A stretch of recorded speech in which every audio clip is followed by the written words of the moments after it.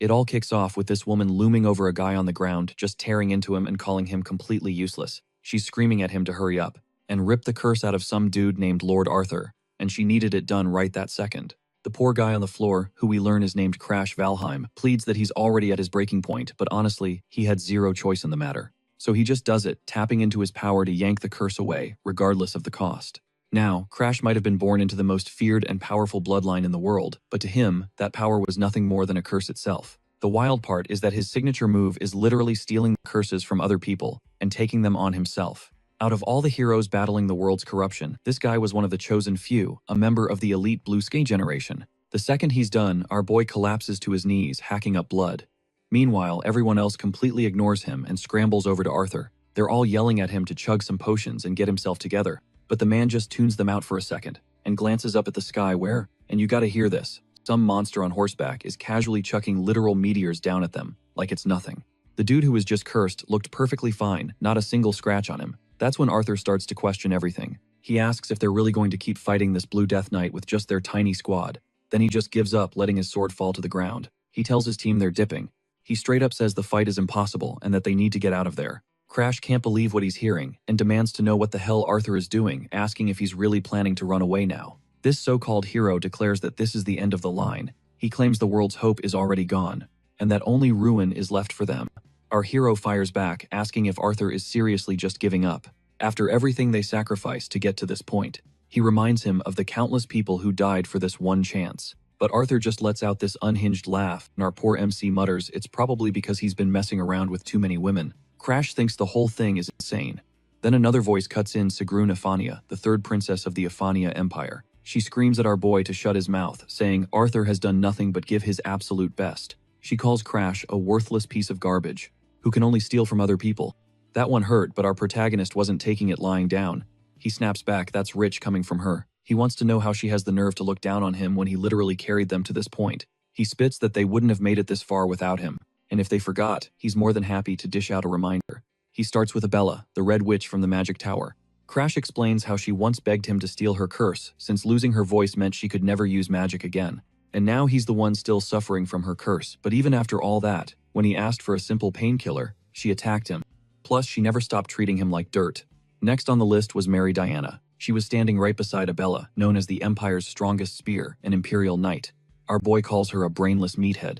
She was always charging headfirst into danger and soaking up every curse in existence, only to come crying to him to take her pain away. And the final nail in the coffin, Sigrun the princess called him a dog after he gave up his own eye for her. It's completely insane. He apparently lost his eye to a curse he took for her back in their academy days. Sigrun used to bully him nonstop just because he was from the Starland Kingdom. She would trash talk his family name Valheim and embarrass him in front of everybody. Even though he had no talent for fighting, he stayed by her side just to heal her cursed eye. That witch kept insulting him even when they had to team up to save the world as part of the Blue Sky Party. All because he wasn't a frontline fighter. In the end, he cleaned up all their messes, always being the one left to fix their screw-ups. So he started to wonder what the whole point was. Honestly, Crash didn't care about the others. The only one he wanted to follow to the bitter end was Arthur, the guy who was supposed to be the hero. He promised to stick by him no matter what, so why was Arthur quitting now? Our protagonist demanded to know. The man finally says he'll tell him the truth. He tells Crash the world is already finished, so he's planning on hitting the reset button on everything. Our hero wonders what in the world that even means. Arthur then reveals this isn't his first time, that he's seen the end of the world because his own power is something called regression. Crash was completely stunned. This guy explains that now that he has a way to keep his memories, he can just rewind time and start over whenever he wants, and all his memories would come back with him. But it wasn't just for him anymore, and our boy starts to realize what's happening. If the four of them could go back with their memories, their chance of stopping the apocalypse would be incredibly high. Arthur says that's the plan. He wanted to go back to the beginning with these three girls. Crash, of course, asks if they're just leaving him behind. The man just smirks and tells him flat out that they don't need him. Arthur admits our hero's ability, Black Hood, was useful and could steal even the nastiest curses. There was no point in dragging along someone whose body and mind were already shattered. Why would they? They could just snag a fresh copy of him in the next loop. And then it hit Crash like a tidal wave. This was a pattern. Arthur's entire plan had always been to use him up and then discard him like trash. The hero even told him not to sweat it, claiming they'd just link up again in the next life and the one after that. In that moment, our MC was completely frozen, watching his supposed allies start to flee. He screamed for them to stop, But deep down, a part of him wasn't surprised. To them, he was never a friend or a true comrade, especially not to Arthur. He desperately pleaded with the hero to take him with them, but Arthur just unleashed a cruel laugh as the curses devoured Crash's remaining life force. He was about to fade away before the world even finished collapsing, but in that final moment, something inside him refused to let this be the end. He remembered his power wasn't just for absorbing curses, it could hijack skills too.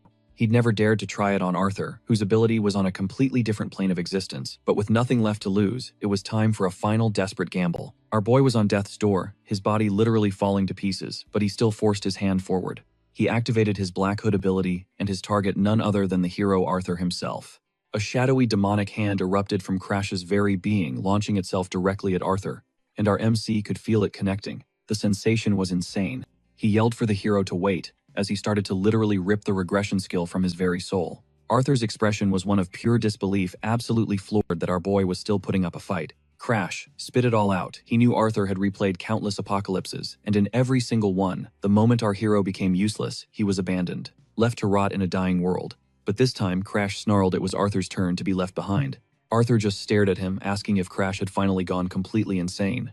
But our boy just cracked a wild grin, gesturing to the Death Knight above them and saying, "Maybe I have." After all, Arthur himself had already declared this world a lost cause. The hero's face twisted in horror as he tried to activate his power. And what do you know? Nothing happened. That's when the horrifying realization slammed into him, and bro tears actually started streaming down his face. The hero ended up succumbing to the fatal attack first, but his parting words were a vow he would be the one to save the next world. The next thing we see is our MC slowly blinking his eyes open. He lay there for a beat, then reached his hand toward the ceiling above. And then he let out a guttural scream. The look in his eyes was blazing with life, now a universe away from the broken man he was moments ago. His eyes darted around the room and it clicked. This was his childhood home. His impossible gambit had actually worked. He had successfully ripped the skill away and regressed. His thoughts immediately turned to the phenomenon known as world corrosion. It's basically when another dimension bleeds into theirs, warping the very fabric of reality, and spawning horrific monsters called corrosion species to tear everything apart. The ones that mimicked humans were dubbed world eaters, and everyone knew those things were walking calamities. The warriors who stood against this tide were called Blue Sky. Yeah, the very same organization his former comrades and Crash himself belonged to. But his only purpose had ever been to absorb the curses of others, and in the end, his so-called team rewarded him with a knife in the back. Not exactly the best memories. He sat there thinking how just a second ago he was freezing to death, but now he was sweating buckets in his old bedroom. If he was truly back at Green Pine Manor, the place he was dumped as a child, then the heist on Arthur's skill had been a total success. A crazed, maniacal laugh bubbled out of him. Because honestly, who could believe a plan that insane would ever pay off? But his laughter died down as he wondered how he even managed to do it. People always spoke of his Black Hood ability as if it were limitless, but that was complete and utter BS. The hard truth was, he couldn't just take whatever he wanted. Every time he tried, a conceptual lock would appear that he needed to shatter. The strength of that lock was directly tied to how much the owner cherished the item. If a guy valued a random pebble more than his own life, Crash would have to perform a literal miracle just to steal it. And for a unique, powerful skill like Regression, the lock should have been absolutely impossible to break. So how in the hell did he snatch it? Then he remembered. When he reached for Arthur's skill, there was no lock, not even a trace of one. This could only mean one thing: Arthur wanted to get rid of his power. The man was hailed as the great hero king, but maybe an eternity of failed worlds had finally broken him. Our MC now recalled the times he looked completely hollow inside, like he was just mindlessly punching the clock at a soul-crushing job. Anyone forced to watch the world end over and over would eventually snap. It's possible that for Arthur, the celebrated power of regression had become nothing more than another unbearable curse. Crash realized that maybe the hero's final act was to send the others back with their memories, just so he could finally escape the burden of being the hero and get left in the dust. So, after our boy jacked that ability, the Arthur he once knew must have gotten wiped out, fighting that insane meteor apocalypse. No more second chances for that guy. Crash figured he'd basically done him a solid, even if Arthur probably despised him for it. He started cracking up again, thinking about how everyone always treated him like absolute garbage. As if being a cursed sponge was the easiest gig in the world. They never gave a crap about the guy cleaning up everyone's mess in the shadows. But honestly, he thought it was what they deserved. He called Arthur a piece of trash, even though deep down he knew just how heavy that burden truly was. A little while later, Crash shuffled out into the hallway, realizing just how small he was now. Before heading out, he glanced in a mirror and saw a 10-year-old kid staring back. He was super short, but at least he had some muscle from swinging a sword every single day just trying to survive in the disastrous Valheim family. If this was really the Green Pine Mansion, it meant he'd already gone through the trial ceremony. That was the big event where you proved which god you'd contracted with and what power you got. In his family, everyone expected greatness, but our protagonist was the one total bust. No talent, no god, nothing. He was cast out and shipped off to this mansion where all the washouts went, and now he was the only one who truly knew just how screwed the world was about to become. The apocalypse wasn't just coming, it was something not even the entire Azure Sky Party could stop. Talk about a hard reset for our unlucky hero. So Crash was just standing there kind of trembling, thinking about what he had to do now. He wondered if he could really handle this colossal mission, because man, the end of the world was a little out of his league, but he told himself to quit whining. It didn't matter if he thought he could do it or not. He had to at least try, because if the apocalypse went down again, he'd be fried too. He really had no choice now if he wanted to keep living. He had to stop the end of the world. That was the only path forward. But before he could finish that dramatic mental pep talk, the butler Ariad showed up. He wanted to know what Crash was doing, lurking around this part of the mansion. Our boy hit him with some weird honesty, admitting he'd almost forgotten Ariad would even be alive. At this point, the poor guy was the only butler in the entire place, and Crash was genuinely happy to see him, even if the family treated him like dirt. But this is where things got spicy. You see, Ariad was the dude who took care of him, even when everyone else was calling Crash a failure. But get this, our protagonist also remembered the dark truth. He asked him straight up when he was planning on using the poison his brother gave him. Yeah, Ariad was the mastermind who poisoned our boy when he was 14, teaching him his first lesson in betrayal. We flash back to his first life. A girl, Charlotte, sent 4 guys flying with a single swing. Everyone was bugging out, wondering if she was seriously only 15, because not even the knights could lay a finger on her. They called her the Sword Saint, and, of course, she was his older sister. Everyone thought she was a monstrous talent, and the family's future was basically riding on her. But in the background, her half-brother Bella Kanan was listening and seething. He wanted to exterminate Charlotte's bloodline. But since her mom was a total badass, he figured he'd start by getting rid of the family loser Crash. This scum talked to Ariad, saying he wanted our protagonist dead first, and told the knight that he knew his career was dead-ended because of our boy. If Ariad gave Crash 1 drop of this poison, Bella Kanan promised that all of the man's money problems and his daughter's medical bills would vanish. Now this man actually hesitated. He confessed he'd raised our boy like his own son. So how could he possibly do that to him? This jerk got pissed, asking if Ariad was really going to choose someone else's kid over his own. The knight kind of crumbled, unable to say no to Bella Kanan's pressure. Then the flashback gets super dark. There was blood all over the floor. Crash, barely alive, was coughing up blood. He crawled over to Ariad, who was also choking and dying. Turns out the man couldn't go through with it on the day he was supposed to poison our protagonist. The guilt crushed him so bad that he ate the poison stew himself as he was dying.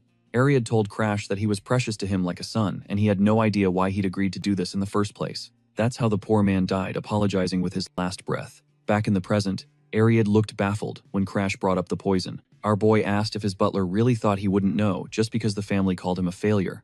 Ariad started getting anxious, and Crash wondered if he was just cornering the poor guy all over again, repeating the same pain.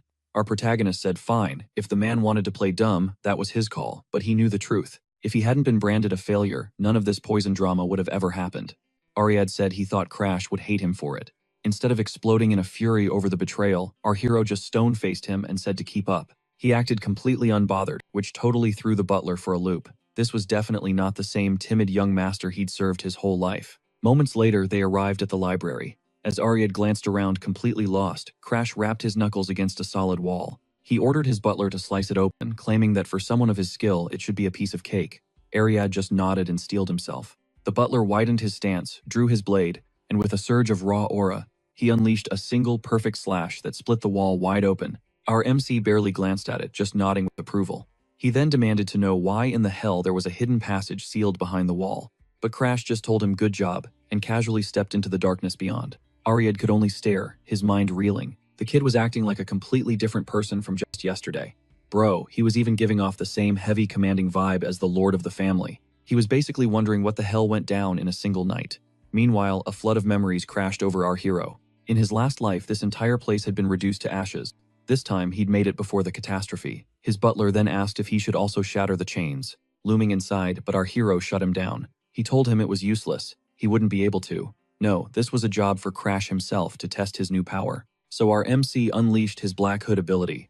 A shadowy energy instantly began to corrode the ancient lock, and within a minute it shattered. The massive lock clattered onto the stone floor.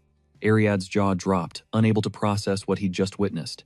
Crash noted how heavy it was, then let it fall. Feeling a wave of relief that his abilities hadn't dulled, the shocked butler asked if his master had somehow forged a pact with one of the gods. Crash instantly realized his mistake. He hadn't made any divine contracts at this point in the timeline.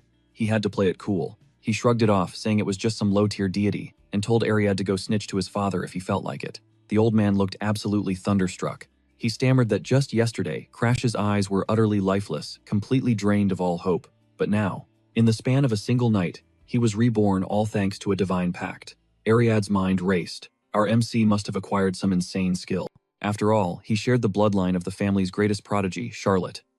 Even if Crash wasn't on her god-tier level, the butler had to admit he had zero idea what his young master was capable of now.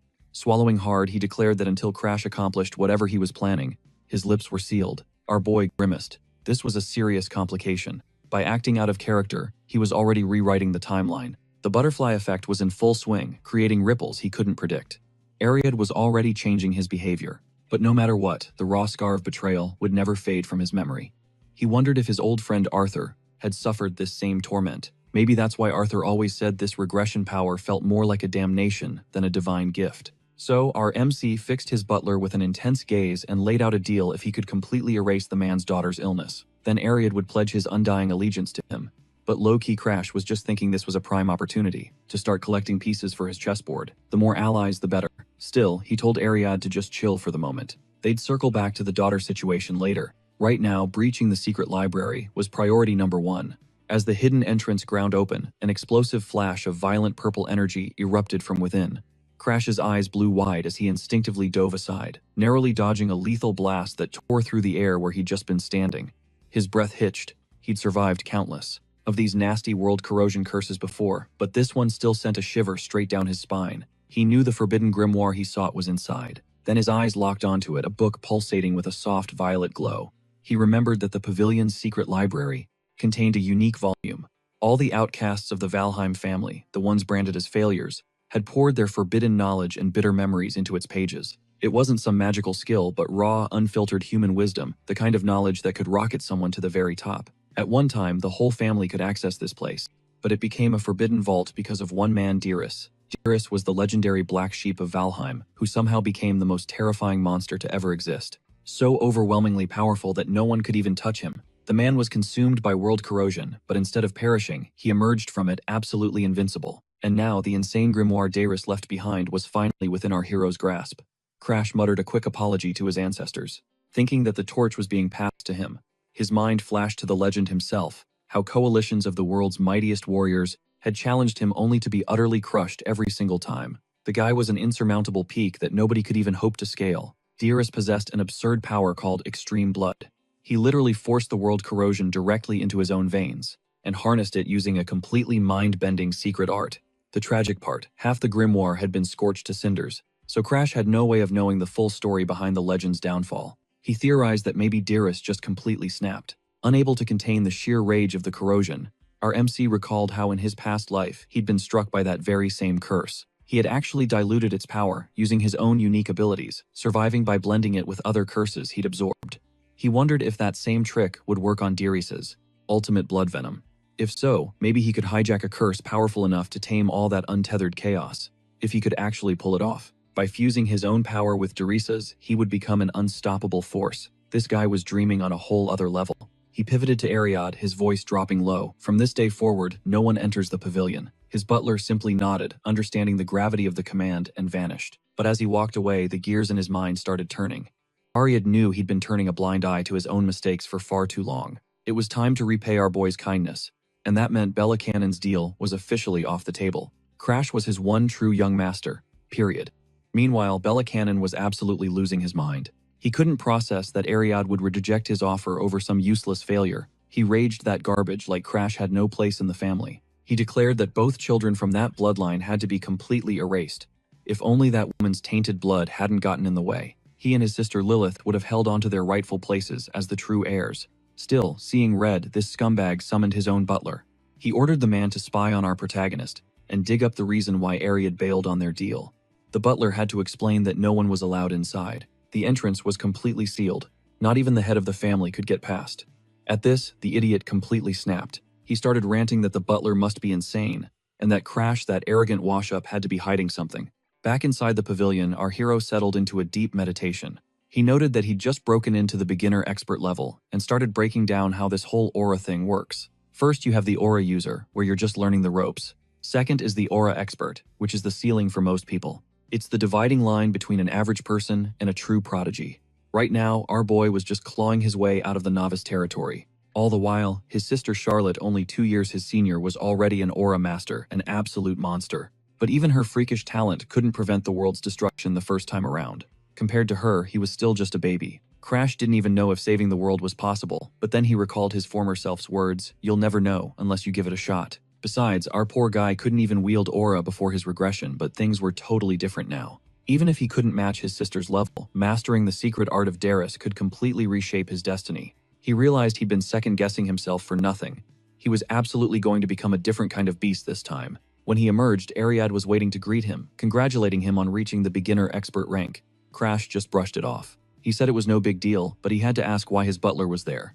Ariad dropped the news his fiancée had arrived. Lady Bianca had entered the pavilion. Crash was shook, because Bianca was also known by another name, the White Demon. She was the one who was eventually manipulated by the World Eaters and tried to burn everything to the ground, which is how she earned that terrifying title. That happened after she completely wrecked one of the 10 strongest Celestials. At this point in time, however, she was just the youngest daughter of the Hardenarts family. Their engagement was nothing more than a political power play. The northern rulers secured a connection to Valheim. Valheim got to unload their family failure, and both houses got what they wanted. Neither of them had any say in the matter. But our protagonist actually had a use for her. So here's the tea on Bianca Harden, the youngest daughter of the northern rulers, the Harden Arts. Turns out she was seriously cursed. Her mother was afflicted by the world's corrosion before she was even born. So Bianca was saddled with the Snowdoll's curse, meaning she was born completely devoid of emotions. The curse ran so deep it infected her very soul. No purifier could ever break it, and she couldn't form a contract with any god because her body was fundamentally broken. She was basically treated like a cursed pariah, only born because her mother died in childbirth. Her family was colder than ice to her. Crash admitted he had no clue if she hated his guts or not, but as long as he could seal her curse, it didn't really matter. Because the Snowdoll's curse was the exact key he needed to help him get his own supreme blood poison frenzy under control. He mentioned to Ariad that it would be a bad look for Bianca to see him in these tattered clothes. His butler agreed, saying he'd already procured a change of clothes. Crash thanked him and told him to show Bianca in telling him to have her wait just a moment. All of a sudden, our protagonist flashes back to what went down 5 months ago. Back then, he was not what you'd call boyfriend material. He straight up slapped Bianca's hand away and told her to get lost, claiming she was only after his family's influence. The guy even slammed the door in her face after coldly dismissing her. But honestly, she never wanted to be there in the first place. Her family was just using her as a chess piece to ensure their own survival. Her father told her their only chance was to stay attached to the Valheim family. And her sister told her that with a face like hers, she should just get the youngest son Crash wrapped around her little finger. Yeah, right. As if it were that easy. The problem was, this girl wanted no part of this arrangement, but her family kept dialing up the pressure. So she wound up as Crash's fiancée. She even thought to herself that despite being emotionless, she could still tell right from wrong. She figured that if this forced political marriage hadn't been a thing, she would have never let a depressed loser like Crash get anywhere near her. Oof. Our boy was not exactly a popular guy. And that's the flashback. We're back in the present. We open on our boy trying to play the perfect host, laying it on thick with an apology, claiming he can't believe someone made the tea scorching hot. For a lady with a sensitive tongue like Bianca, he swears he's going to have a serious talk with the maid about it. She just stares completely baffled, probably wondering if he took a nasty fall and hit his head. On top of that, Crash looks like he just wrestled a bear. Dude is covered in scratches. He pivots fast, commenting on the gorgeous weather and suggesting a walk in the garden to check out flowers she's never seen up north. He calls out to Ariad, telling him to bring out some macadamia cookies. The butler, ever professional, says, "Of course," and dips. Crash tries to make small talk, saying, "It must have been a brutal journey all the way out here." His fiancée keeps it strictly business, stating that since they're engaged, these kinds of meetings are just part of the deal. But our guy claps back, pointing out she sounds like she's giving a status report to her boss, not getting to know her future husband. She's still looking majorly confused before telling Crash that something is seriously wrong. The last time they met, he looked completely dead inside, a total downer, but today, he's acting like a whole new person. Oh, and one more thing. He knew macadamia cookies were her favorite, but she's never told a single soul that fact. Sus, right? Once they're outside, she cuts right to the chase, asking him point blank if he's even the real Crash. Our protagonist just freezes, realizing he might be coming on. Way different than his old self. So much for laying low, because he starts leaking this dark, menacing vibe. Yeah, we're talking full-on killer energy. Bianca instantly backpedals, apologizing and saying she crossed a line. Crash just brushes it off, saying it wasn't on purpose, that his aura just slipped out. He admits his memory of this time is hazy at best, and he genuinely can't remember how he used to treat her. But there was one thing he recalled with terrifying clarity. The look on her face right now was the exact same one she had the day he died in the North Sea ice mansion. Damn, talk about a trauma bomb. Realizing he needs to talk his way out of this mess, our guy spins a new story, saying maybe she's right. He's been acting different lately because he sealed a contract with a certain god. Bianca just nods along, saying that would explain it, and even congratulates him. Look at her being all casual about it. But Crash had a different agenda. He says he has a proposal. Bianca's interest is piqued. She asks what it is, wondering if this new god contract meant he didn't need her anymore. She even asks him straight up if he wants to cancel the engagement. Our boy is like, why would you even think that? He confesses he gets why she wouldn't want to marry a loser like him, but this girl just lets out a heavy sigh. She says there he goes again, trashing himself, and she just can't wrap her head around why someone from the legendary Valheim family would have such trash-tier self-esteem. She reminds him she is his fiancée, and that is not changing. Period. When was the last time this man heard a single genuine word? Getting back on track, Crash finally drops the real reason he wanted to talk. He wants to take her snow doll curse. Bianca looks stunned. Not even the world's most elite curse breakers could get rid of that thing. She asks if he seriously intends to take it for himself, but our protagonist corrects her. He wants to use it. The girl starts spiraling, thinking out loud about his tragic life. She knows everyone calls Crash a failure, so maybe he just wants to shut down his own emotions to escape all the pain. She figures he must have finally snapped. She recalls hearing from a mind mage that when someone hits absolute rock bottom, they either shatter or have a sudden glow-up, becoming kind. Almost like a completely different person. That's when things get truly dangerous. The mage said, if someone she knew became like that, she needed to stick to them like glue. She grabs his hand, insisting everything will be all right, and that he just needs to manage his emotions, without some messed up curse. Our boy tries to explain, that's not it at all, but Bianca suddenly declares that she's going to be visiting him a lot more from now on. She's positive that if she asks her dad, she could even live nearby. Crash is completely lost, thinking she probably despises him since she never wanted this engagement in the first place. But she tells him that even if that were true, she couldn't just walk away from someone who was clearly falling apart. She didn't say she wanted to marry him, but she wasn't about to abandon him either. Our guy realizes two things. One, she's the type to see her decisions through to the very end. And two, she has completely 100% misread the entire situation. He starts thinking maybe he should just use his skill on the down low, if she's not going to hand over her curse. So he activates Black Hood on her, and instantly this bizarre, shadowy power begins to wrap around her. But then bam, a system message appears. He needs to become her friend to unlock the curse. Our dude looks like he's just seen a ghost. Not just a lock, but a freaking double lock. This snow doll curse was on another level entirely. It had been with her since before she was born and had literally become a part of her soul. The unlock condition, become her friend. And let's be real, that's a harder quest than marrying her, because this girl has zero emotions and barely cares about anything. But there was no way he could send her home now. That would just hit the fast forward button on her.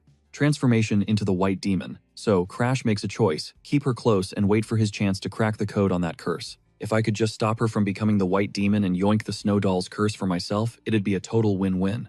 He grabbed her hands, telling her he was hyped and grateful for the chance to see his fiancée way more often. She promised to run it by her dad, about possibly living nearby. He saw her off as she departed. Crash figured he had roughly a month before she'd be back, so he'd better make every second count. Time to devour every secret book on curses and forbidden arts he could get his hands on, because things were about to get seriously ugly. A few days later, our boy thought he was in for a chill morning, but nope, the universe had other plans. The first thing he saw after opening the doors was a line of people dropping off boxes everywhere as a carriage rolled right up. Bianca hopped out of the carriage, acting like it was no big deal, and announced that, as of today, she was moving into the Green Pine Mansion. Wow, she really didn't waste a single second. Later that night, our protagonist woke up only to find Bianca drooling in her sleep, right beside him. He immediately demanded to know what the hell she was doing, sleeping there again. He warned her that if people caught them like this, they'd get the completely wrong idea.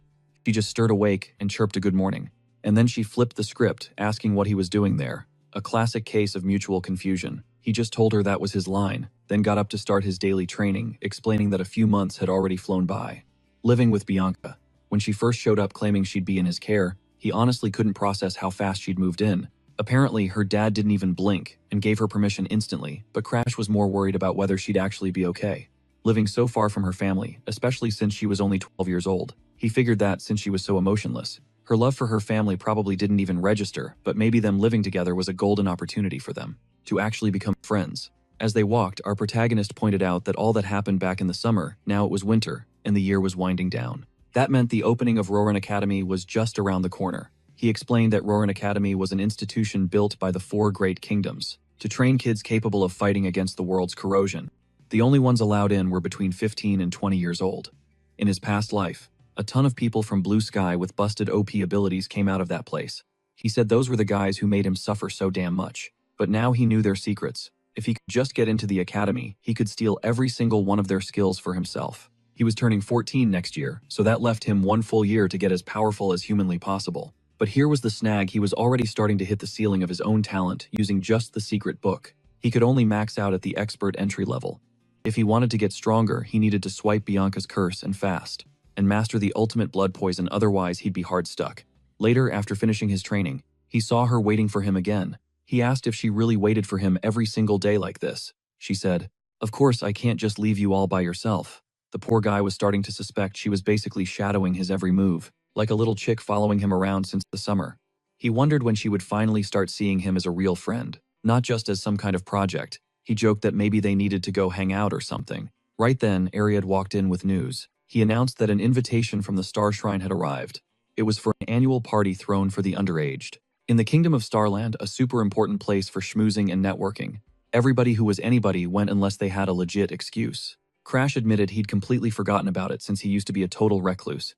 All his memories of it were hazy. But he knew some major player would probably be there too, though he didn't name who. Still, he remembered the promise he made to his butler, not to pull any stunts, so he told him he'd go. Bianca instantly piped up that she was going too. Ariad just said, "Understood," and then he dipped. His fiancée warned our boy that the people at the Star Shrine would likely try to talk trash about him. He agreed, saying she was on the money, and then wondered what they might say about her. He even suggested that maybe she should sit this one out. But she was adamant, insisting she had to go, because it was a fiancé's duty to protect her partner. Crash gave her a little pat on the head. He told her he wanted her honest feelings, not just some check-the-box fiancé duty. Bianca clapped back, saying he was making that pity face again. For months, he had been incredibly kind to her, way more than anyone in her own family. She said he was warm, and she couldn't even recall how bad her first impression of him was. She admitted that she didn't dislike him anymore, and she declared that she wanted to go with him, not as his fiancé, but because she genuinely wanted to. Our protagonist just smiled and said, he understood. Next up, they were in the carriage, heading to the pavilion, where the party was being held. Crash glanced around and thought the venue was insane. Famous, crazy, expensive to rent, and crawling with nobles who had money to burn. He had to remind himself that nobles were supposed to protect people from the world's corrosion, but most of these clowns were more interested in partying. Let's be real, he wasn't expecting to find a single decent soul in a snake pit like this. The moment they stepped through the door, the grand announcements kicked off, but it was all a calculated ambush designed to put Crash and Bianca on blast. Whispers turned to venom. They were called washouts. People sneered that her beauty was a tragic waste on someone so cursed, but then laughed, saying it was only fitting for 2 losers to end up together. Rage simmered under his skin. Just then a murmur rippled through the crowd. Someone important had just made their entrance. Crash's eyes narrowed. He knew these faces, the true elite destined members of Blue Sky, and the absolute worst scum he remembered from his previous life. First up was a tiger beastman, Barak Hogma. And yes, you heard that right, his name is actually Barak. Wild. Flanking him were the magpie elf Amelia and the wood elf Annex Glazer. This trio was destined to become the legendary 3 heroes of Starland. He knew the only reason they'd ever give him the time of day was because of Charlotte. And that's when a memory flashed in his mind, words Charlotte had once shared with him. She had told him how she'd show up to this same party, draped in a stunning dress, and how everyone would flock to her, but not a single one of them could even touch her in a duel. She'd called the whole event a total dumpster fire, and proudly declared she was ghosting the next one. Based on the vibes in the room, our MC had a feeling she'd already caused some chaos and left a lasting impression. So, yeah, Crash was walking straight into the lion's den. Seriously, the guy could not catch a break. Right in the middle of this high society Shark Tank, Bianca's hand suddenly gripped his arm. She leaned in close, telling him to tune out all the venomous whispers slithering around them. He admitted he was just mulling over what she'd said, before remarking that it was kinda wild how she seemed completely unfazed by all the trash talk too. But what truly struck him was her concern for him, even in a place crawling with vipers. He assured her she didn't need to waste her energy on it. He genuinely couldn't care less what these haters thought. Besides, he added with a smirk, the main event is about to arrive. And right on cue, the announcer's voice boomed, announcing the arrival of Darling Dan, the failure. Crash could only shake his head. Speak of the devil, he thought.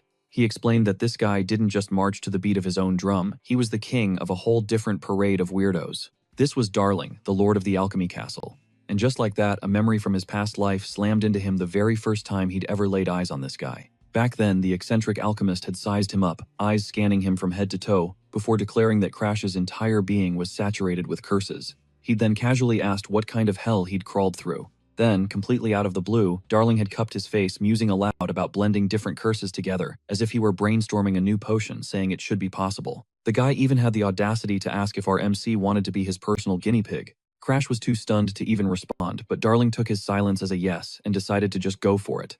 And that's when the dude leaned in for a kiss. Our poor MC's face was pure horror before his fist flew, connecting with a brutal uppercut as he yelled, "Are you insane?" And that, believe it or not, was his first introduction to the man who would one day be hailed as the Alchemy King, the greatest alchemist on the planet. The rest of the partygoers were already branding Darling a total freak, but Crash knew there was zero chance a drama king of his caliber would ever skip a gathering of his peers. Snapping back to the present, Crash snagged a plate of snacks, passed them to Bianca, and told her to hang tight for a minute. She gave a little pout before murmuring, "Okay." As Crash weaved through the crowd and approached Darling, the alchemist looked him over with a curious glint in his eye. "I feel like I know you from somewhere," he said. Our MC stated his name, and Darling's eyes lit up with recognition. "You've got a hint of Charlotte in you," he observed. "Are you actually her little brother?" Then he got straight to the point, asking what business Crash had with him, before cheekily wondering if he was just captivated by his stunning looks. Crash cut right through the nonsense, stating he knew the eccentric alchemist had been researching the world corrosion lately, and he figured Darling might be interested in some information he had. A spark of genuine interest flickered in Darling's eyes. He told Crash to prepare himself because he was officially intrigued, and then led him away to a more private space. Once they were alone, Darling asked how old Crash was. Our MC told him he was 13, questioning if his age even mattered. Darling simply tossed him a pair of practice swords, remarking that while Crash looked young, his aura was on a whole other level. Well, I am technically an adult on the inside, our boy thought. Out loud, he just said he didn't have all day, and wanted to cut to the chase. The flamboyant alchemist told him to start talking, then punctuating the command by tossing one of the swords directly at him. Crash barely had a moment to catch it before Darling lunged, blade swinging. He parried just in time. "What the hell are you doing?" he demanded. Darling just grinned, saying he had to see the skills of Charlotte's little brother for himself. Our hero muttered under his breath that this guy was an absolute pain. "You said you had something to discuss," Darling reminded him nonchalantly. "Go on, I'm all ears." Crash's irritation spiked. Fed up, he tossed his sword aside. Darling let out a laugh. "I thought you were supposed to be a talentless failure," he taunted. "I may not look like much," Crash shot back, "but I've been training relentlessly every single day." Still trying to outfence a battle geek with a hidden arsenal of techniques felt pointless. It was time to switch up the game plan. He looked the alchemist dead in the eye and said he could help him with his research into neutralizing curses. Darling wanted to know what a boy like Crash could possibly know. With alchemy on the agenda, our MC storms in blade flashing and presses the cold steel right to this kid's throat to talk research. The mission to finally neutralize the World Eater's curse, a hex so powerful that even top-tier dispellers were completely powerless against it. He tells Darling this is his shot at becoming a legend. He just needs to prove the research, and Crash will supply the key ingredient with his curse-stealing skill. And that's when you see the gears turn in this flamboyant alchemist's head. He realizes Crash isn't some talentless wash-up, and a wicked grin spreads across his face. He declares it's the perfect opportunity to validate both his alchemical supplies and the curse neutralization theory in one epic go. Darling gets all sly, asking what he wants in return, and then jokes, "What, you want a boyfriend or something?" Our hero looks completely over it, snapping back, "What the hell is wrong with you? No, I need a steady supply of medicine for all the curses I'm planning to snatch." Darling's eyes light up, saying that's his exact specialty, but Crash clarifies that just having a broken skill isn't enough to win. He lays down a heavy truth. Even Blue Sky, a hero with cheat-level powers, couldn't stop the world's destruction. That means a so-called failure like him has to use every dirty trick in the book, including medicine. Darling then mentions he heard the rumors that Crash completely lost his motivation from being constantly compared to his sister Charlotte, but seeing him now, that's obviously not the case. He muses aloud that one sibling is a total genius and the other is just dangerously twisted. Then the dude actually blushes, saying both of them are incredible before getting back on topic with a critical question. He asks if Crash is enrolling in Raren Academy. Obviously, Crash replies, a sudden chill running down his spine.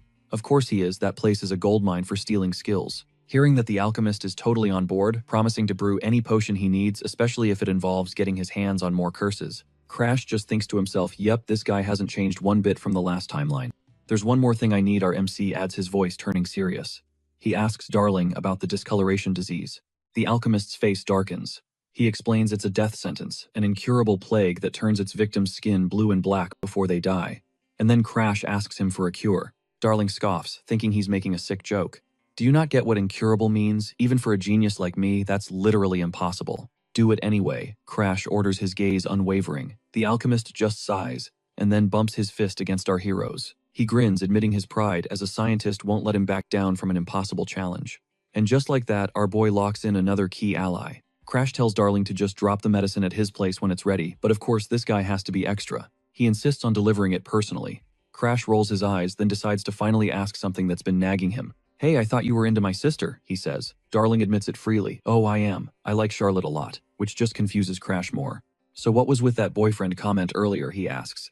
Darling gives him a look like he's explaining something to a toddler. Because, my dear Crash, I also like guys. He swings both ways. Our boy's brain completely short-circuits as he spins around and bolts, yelling, "Nope." The flamboyant alchemist chases him, shouting to wait up, which triggers a horrifying flashback for Crash. Oh right, this dude tried to kiss me in the last timeline. It all makes a terrifying amount of sense now. But as soon as Crash bursts into the hallway, he skids to a stop. There's a crowd gathered. The whole vibe is tense.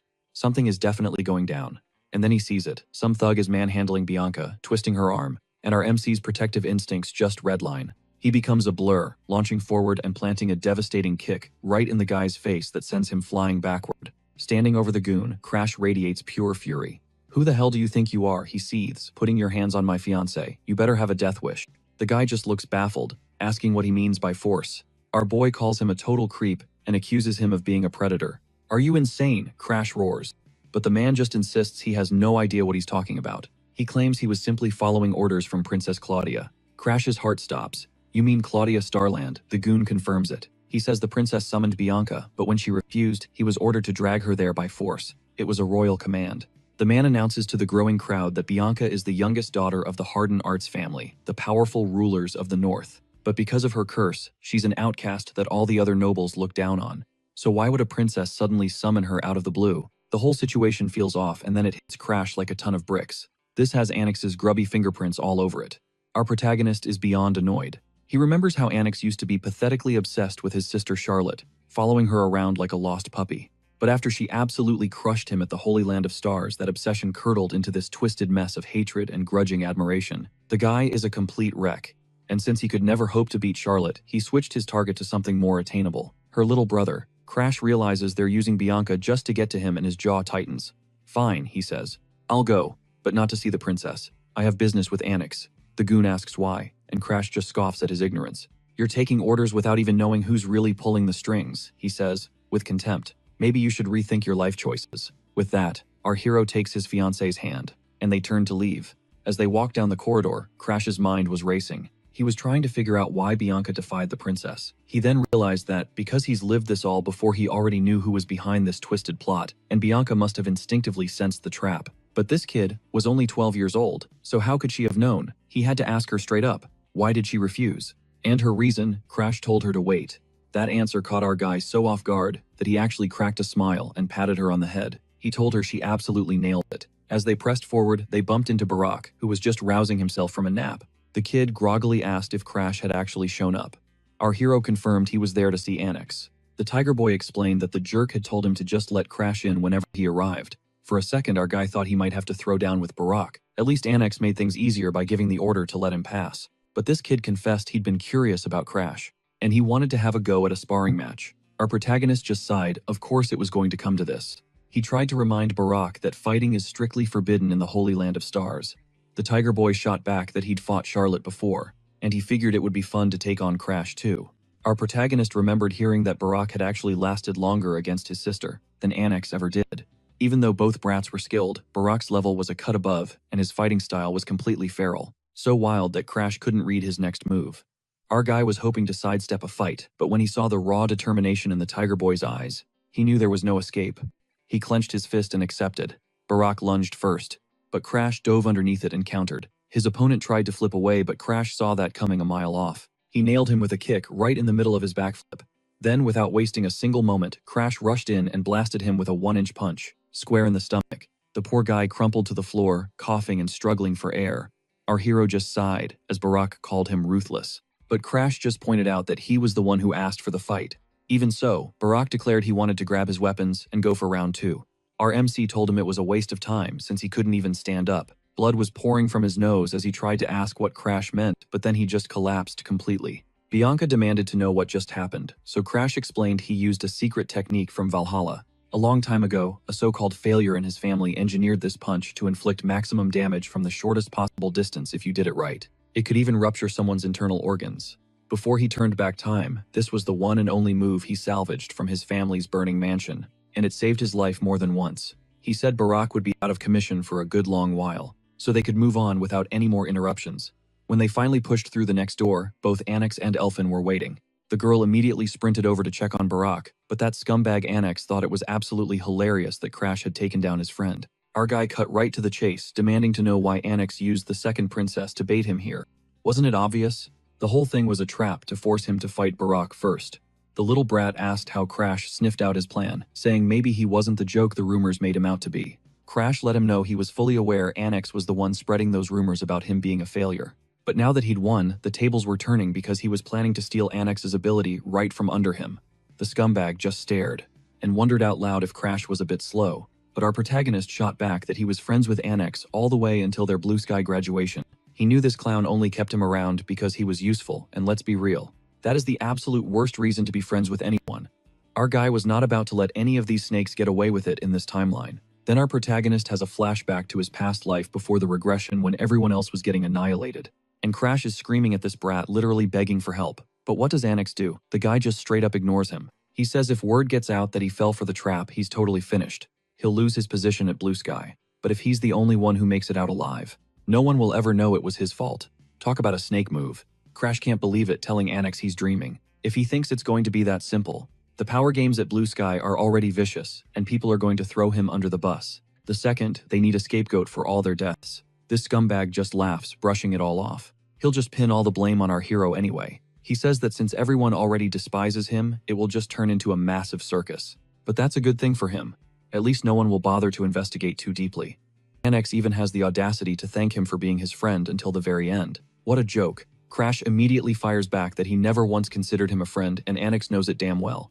Our guy spells it out. The only reason this idiot ever hung around him was because Annex was completely obsessed with Charlotte. He tells him that everyone can see the brat has been a distracted mess all day just because his sister is about to get married. Crash believes that's precisely why they're in this mess. And the scumbag admits it, that is the exact reason he hates our protagonist.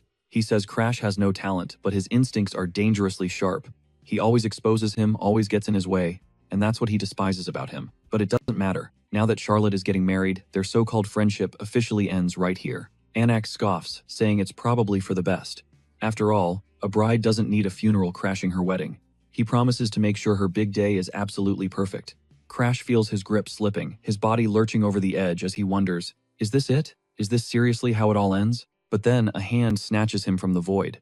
It's Arthur asking if he's okay. Crash knew at that moment this wasn't just a rescue, it was the start of a whole new disaster. But hey, at least he wasn't dead. Thanks to the hero's testimony, Annex got the boot from Blue Sky, and the little punk was absolutely seething with rage. To pour salt on the wound, the princess he was banking on marrying, as his plan B, shot him down cold. So now Crash demands to know why Annex is still coming after him. The brat looking completely triggered spits that our hero's face and even the way he talks are a dead ringer for Charlotte. He snarls at Crash to keep his sister's name out of his mouth. Our boy fires back that if they're really so similar, he's about to prove it, because he's not the type to ever back down from a fight.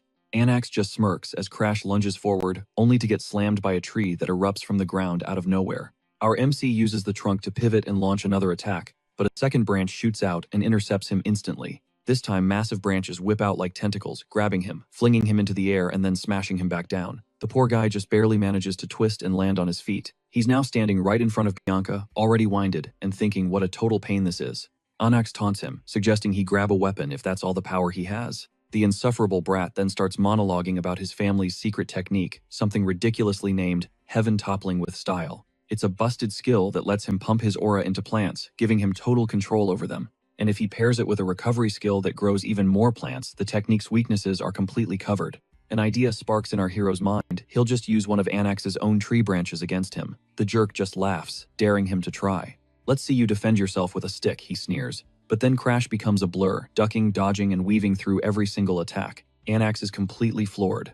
He mutters that this kind of movement would make sense if he were a genius like Charlotte, but Crash was always meant to be the family failure. He wonders if our protagonist suddenly unlocked some kind of overpowered skill, maybe the mind's eye or something just as legendary. But what Anax will never understand is that Crash, after living through countless loops with him, knows every single one of his moves by heart. Our MC closes the distance in a flash, getting right in his face and whispering, "Are you thinking about your sister again?" The enemy absolutely loses it, screaming at Crash to shut his mouth before unleashing his ultimate move, a colossal wooden giant, an advanced form of his power. Our boy leaps back as Anax gives him a chilling warning to be careful now. Because this thing is no joke, Elfin rushes onto the scene, begging the scum not to do it, screaming that if that thing connects, it's game over. Our hero, however, simply closes his eyes, his mind flashing back to a dusty book in the manor's library. It was the thinnest book on any shelf, written by an old ancestor who did nothing but swing his sword day after day. He practiced until he was nearly 80 years old. The old man had no talent, just a lifetime of endless mind-numbing repetition. But in the end, he perfected a single technique founded on a simple truth, becoming one with the sword. No flashy tricks, just total unity with your weapon. Having survived 1,000 horrific deaths thanks to his curse, Crash finally gets it. He is the sword, and the sword is him. He brings the branch down in a single fluid motion. He cleaves straight through the giant as its attacks pass harmlessly through him. The branch shatters, and everyone just stares, mouths wide open in disbelief. Everyone except Bianca, of course. She's just standing there completely unfazed since she literally has no emotions. As the dust settles, Crash tells Anax to drop the tough guy act as he lets the broken stick fall to the ground. "Do you understand now?" he asks. Defeated Anax collapses to his knees while our hero slumps down, panting heavily. He thinks to himself that his only goal was to hold back just enough to make stealing Anax's skill easier.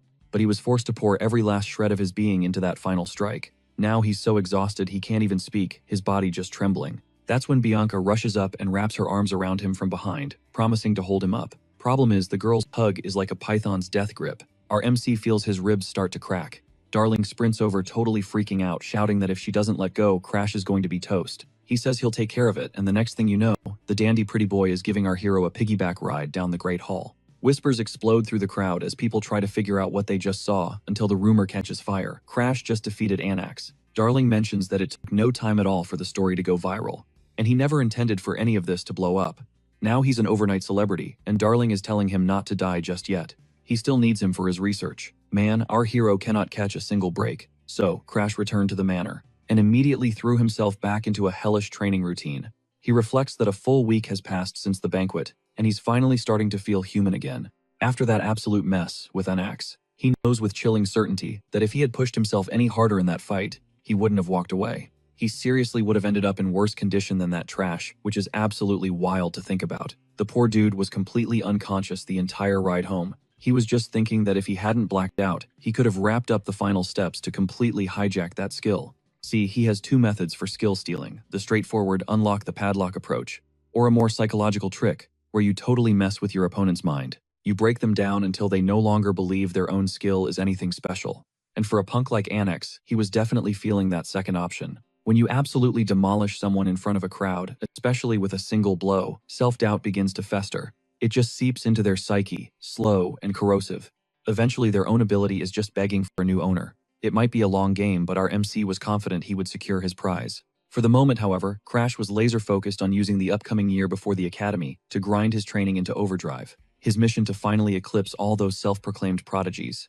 That's when Ariad appears at his door, rapping on the wood to announce that Bella Cannon was waiting for him at the pavilion. Apparently that guy's patience for the day had officially run out. The butler even mentioned the dude had already fired off 22 messages, which, let's be real, is some next-level desperation. Crash just sighed, figuring they should just let him in. Dragging this out was only going to become a massive headache. Ariad was on the same page, and Bianca entered with a glass of water, but our guy immediately clocked her strange behavior. She was keeping a noticeable distance. He asked her what was wrong, and she bluntly informed him that he smelled awful. Ouch. Crash paused, wondering if she had a point. But then he reasoned he might just be noseblind to it, having grown accustomed to the stench of decay in his past life. Bianca suggested he should probably hit the showers before meeting Bella Cannon, but Crash just waved it off. He was just planning on breaking another sweat soon anyway. She was not having it. She demanded he keep his distance, and he couldn't resist teasing her. He shot back, asking if she was bossing around her own fiancé now. He commented that she was growing up quick, which sent Bianca fleeing from the room. She shouted that she had to escape his foul odor. The poor girl. Crash found her reaction so adorable he just couldn't help messing with her. He gave chase like he was playing with a little sister. Our boy was clearly starting to unwind, but then out of nowhere, a crippling wave of self-doubt slammed into him. He pictured his old comrades from before the timeline reset, just staring at him with looks of pure disappointment. An entire argument with Arthur erupted inside his head, the voice questioning if this peaceful life was making him go soft. He wondered if he seriously thought he could prevent the apocalypse while goofing off like this. Crash hated to admit it, but Arthur was the real deal, a true hero, always on the front lines, his guard never ever down. Well, except for that one final fatal moment. He began to wonder where a hero like that was in this new timeline, and what he could possibly be up to. Just then, Bella Cannon appeared, catching Crash mid-joke and remarking that he seemed to be having the time of his life, openly flirting with his fiancée. Our MC just gave a casual shrug, saying that everyone's got to unwind sometimes. This completely threw the guy off, since Crash was normally too intimidated to even meet his gaze. He started to wonder if those whispers about him wrecking Annex were actually true. Crash then asked if Bella Cannon had some free time, considering he bothered to trek all the way over here. His stepbrother was clearly confused. So, our boy brought up the entrance exam for Roarin Academy, casually mentioning that he must be training hard for it. That comment struck a nerve with Bella Cannon.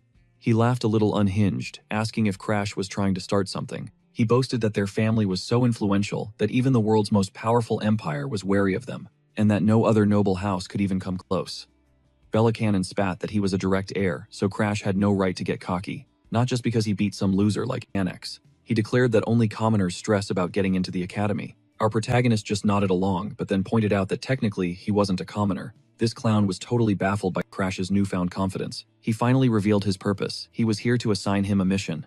They were being dispatched to halt the world corruption at Mount Gurak.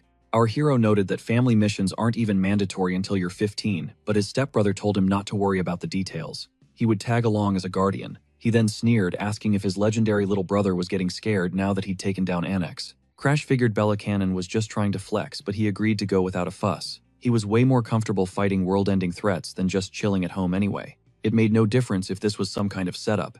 He already had an exit strategy in mind. Bianca rushed over to ask where he was headed, and Crash told her he was leaving for the Conquest mission, and that she was to stay put. She questioned if she wasn't supposed to be part of it too, pointing out how strange it was for a 13-year-old to be sent to stop a cataclysm like that. Our boy's eyes widened in surprise while Bella Cannon's annoyance flared. He tried to start talking down to Bianca, but Crash cut him off immediately, reminding him that this girl was his fiancée, and a grown man like him had no business harassing a 12-year-old. The jerk just glared, grinding his teeth in fury before storming off. Our MC told Bianca she handled that perfectly, but she insisted she didn't really do a thing. Crash just replied that if she didn't realize it, then that was even better. But she just pleaded with him not to collapse again. He promised then, said he had to get going. So here's the deal. With world corrosion, it's not just about monsters and mayhem. Sometimes brand new species just spawn in, and the land itself warps. If things get bad enough, the entire zone basically terraforms into a slice of another dimension. Right now, a swamp was literally consuming Mount Gurak. Belacan announces this is what they call a 3-star corrosion, then barks at his subordinate, demanding to know if the purification squad has reported in. The dude says they'll get to work as soon as the master monster is dealt with. Now, Crash is thinking to himself that a 3-star corrosion is usually a cakewalk for a mid-tier night squad. Besides, Belacan might act like a tool, but he's a legit fighter, a high-level expert rank. Taking down the boss should have been a non-issue. His stepbro then struts over, telling Crash he brought him along for some practice as a low-level expert. Crash just plays along, nodding like he's actually listening. But in his head, he's like, who does this clown think he's talking to? The only reason he's even letting Belacan get away with bossing him around is because he needs to test a temporary fix for that little rage problem of his. Yep, our boy is always playing 4D chess. In a flash, they're clashing with these freaky, otherworldly insects. But even the knights look totally drained. One guy tells his buddy to go check something out, probably praying it isn't more trouble. That's when Crash, cool as a cucumber, starts calling out intel to everyone. He warns them this beast is headless, but it's covered in teeth, and if one bites you, your whole body will swell up. He tells everyone to make sure they're coated, head to toe in their aura. The knights just stare at him completely stunned. Some of them even ask if he's fought world corrosion monsters before. But our MC just laughs it off, saying he's only 13 years old. And it'd actually be weirder if he had been this close to a place like this. The knights have to admit, he's got a point. Then Belacan, radiating pure salt at our boy's confidence, thinks, why is that piece of trash so composed on his first mission? He remembers his own first time in a corrosion zone at 15. He was an emotional wreck. And here's Crash acting like a seasoned pro. The resentment starts bubbling up, with him worrying that if our boy grows up to be another Charlotte, and even surpasses him, he'll end up being the family loser. The Delulu levels are off the charts. Anyway, Belacan grips his sword and charges ahead. yelling that they'll reach the master monster soon. He claims Crash is lucky because this is way easier than his own first mission. And it looks like there aren't any weird mutated creatures, just the main boss. Our protagonist points out that this makes it even more dangerous. Since it means the master is so powerful, it's sustaining the entire corrupted zone all by itself. But this jerk doesn't want his squad getting spooked by a kid's warning. He tells his men to suck it up and finish the job, since it's only a 3-star. Crash figures these guys are going to do what they want regardless, so he decides to focus on his own game plan. Our hero glances over the swampy terrain and realizes he can actually see the world corrosion energy, even more clearly than before his temporary reset, all thanks to mastering Darius's technique. All he needs to do now is breathe it in and test his new skill. So what does he do? He rips off his mask and just inhales this nasty corrupt energy like he's hitting a massive vape. A bold move, bro. But instantly, his eyes go bloodshot and he starts hacking up blood everywhere. The squad completely freaks out, asking if he's dying, but Crash just wipes his mouth and says he's fine. He explains that the energy is basically poison, so coughing up blood is a totally normal reaction. He says he has to deal with it one way or another. This was all part of Darius's technique, so he locked in his focus following the secret instructions to a T. The goal was to fuse his own aura with the raw corrosion, let it surge like a river, and force it all to merge into a brand new color. That was the real side effect, the berserker rage from before. And in a flash, his eyes went completely pitch black. He staggered for a second and glanced down at his hands, thinking there was no way he could have handled this power back when he was just some average dude. He realized it was time to unleash the secret art. And get this, the backstory is wild. After Darius vanished, a blind ancestor discovered the secret file, but since he couldn't read the manuals, he locked the door and just left his own set of instructions instead. That move, the Sixth Sense, was a special skill that let you feel everything with your aura.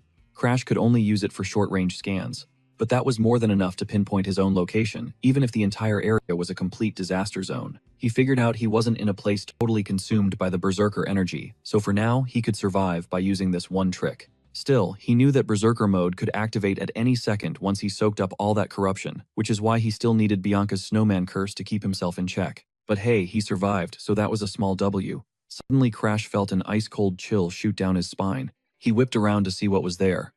Oh man. It was pure nightmare fuel.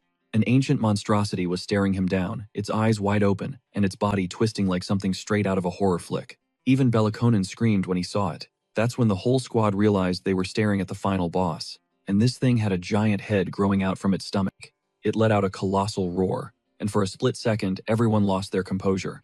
Both Crash and Belliconin knew this was the absolute worst kind of monster they could face. The Demon of 1,000 Faces.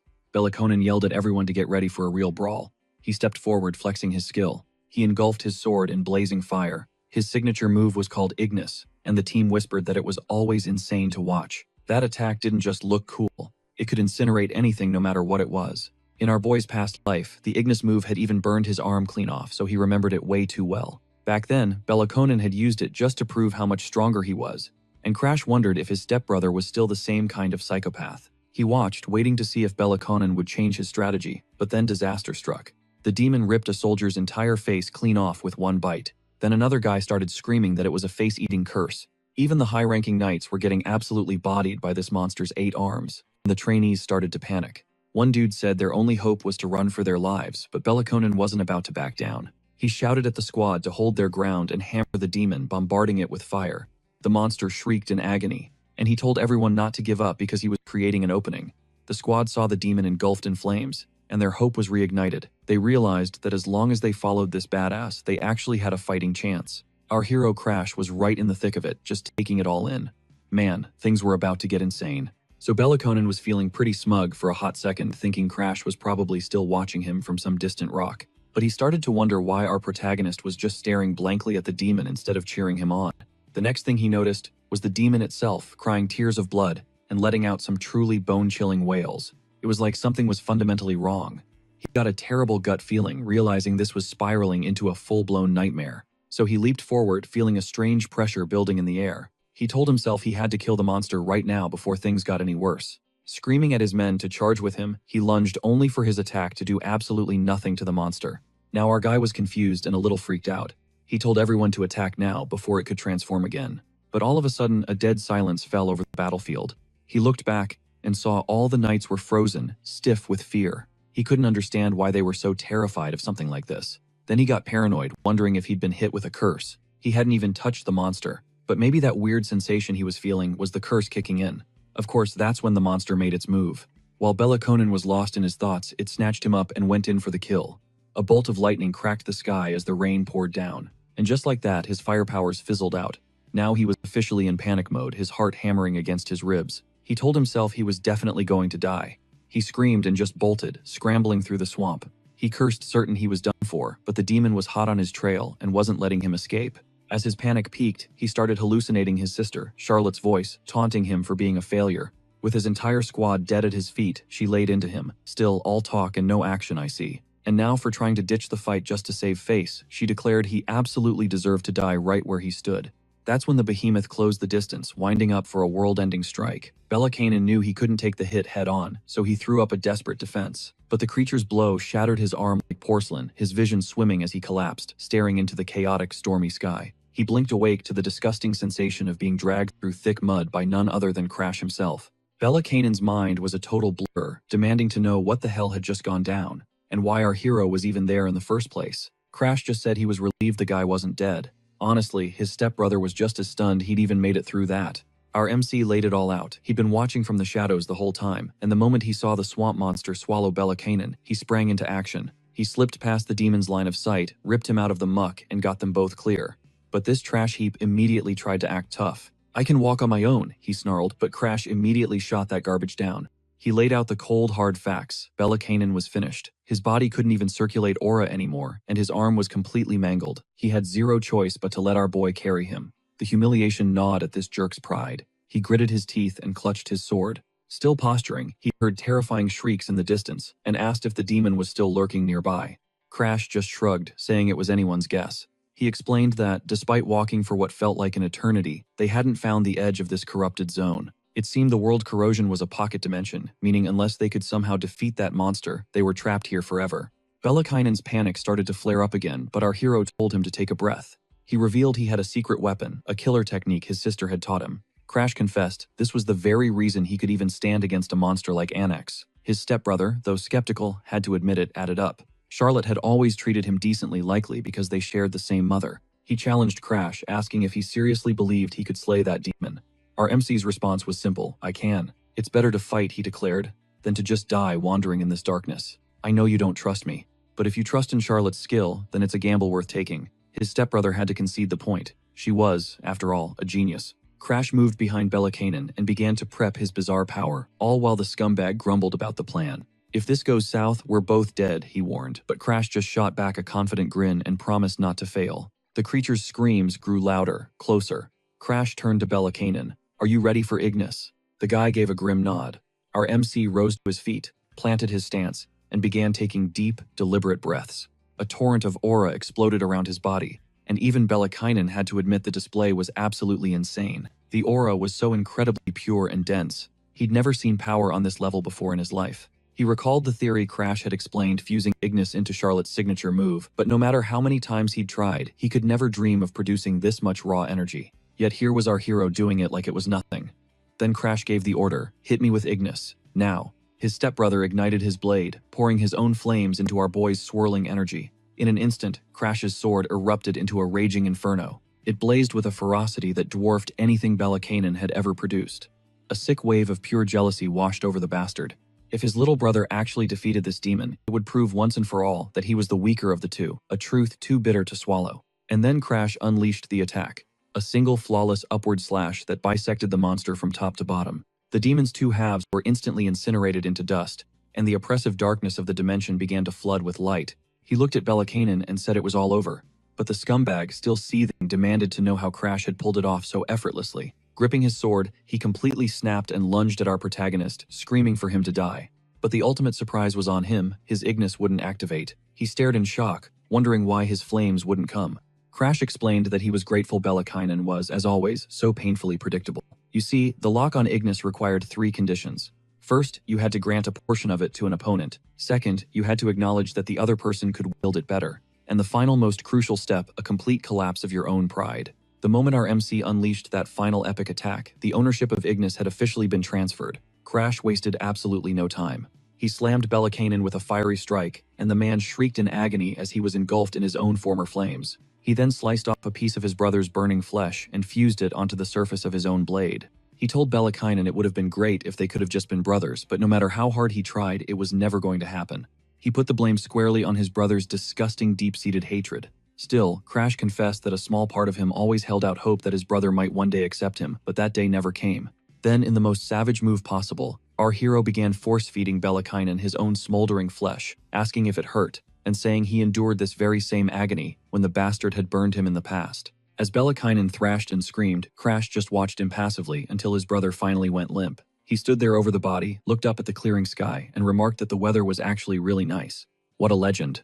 The next morning, the Valheim main estate is in absolute chaos. Belakan's entire night squad had been completely wiped from existence. The world corrosion threat level had apparently spiked to 5 stars, which is basically code for, "we're all screwed." Standard procedure for a threat this massive demands that a superclass steps in to handle it.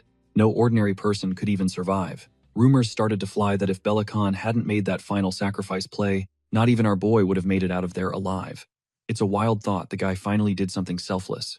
Then his stepbrother's butler, who has some serious nerve, starts gossiping about how that good-for-nothing Crash somehow managed to survive the slaughter. But the head butler immediately shuts him down, warning him to watch his mouth. Because Crash was the brother, Belakan gave his own life to shield. He declares Belakan's death was honorable, and no one is to tarnish his memory. Our hero overhears the whole exchange, and it dawns on him they actually believed his cover story. A wave of relief washes over him. He can finally stop stressing about it. He even realizes that this whole disaster was a massive power-up. He's figured out how to control his own wild rampages, tapping into his sixth sense, and maybe even unlocking the special techniques of Darius. On top of all that, he acquired Ignis. And by fusing Ignis with the world corrosion energy, he can conjure some insane black flames. These flames pack way more punch than he ever expected. He's definitely keeping them in his back pocket as a trump card. The color is seriously creepy. But hey, power is power. Of course, for this guy, the fight is never truly over. A massive investigation is still underway, digging into all the bizarre phenomena popping up in the world corrosion zones. So next on his to-do list, our MC has to face the music. He approaches a door, knocks, and a woman's voice beckons him inside. He steps in and begins to explain that no one has uncovered the true cause of all the strange happenings just yet. But deep down, he knows it's 100% the work of a world eater. The creature's main body is locked away in some eternal dream, and its only way to interact with the real world is by spawning minions like the undead. With things starting to heat up, Crash knows it's only a matter of time before he crosses paths with these things. The woman, whose name is Sapira, seems totally chill, and tells him she's been waiting. She introduces herself as a fourth-class investigator, but our hero instantly clocks the black star hanging around her neck and knows exactly what it signifies. He says he didn't expect to meet her so soon. This piques her interest, and she asks what he's talking about. He just lays it on her straight up. He knows she's undead, and he's here to strike a deal. He's going to erase the immortality of her and her entire kind. A faint smile plays on Sapira's lips at that, and she asks if he's a regressor. She was apparently searching for something else, but stumbling upon a regressor was an unexpected twist. The girl seriously thinks she's just hit the jackpot. Then Crash begins to unload all the info on the immortal boss. His name is Crimson Garden August.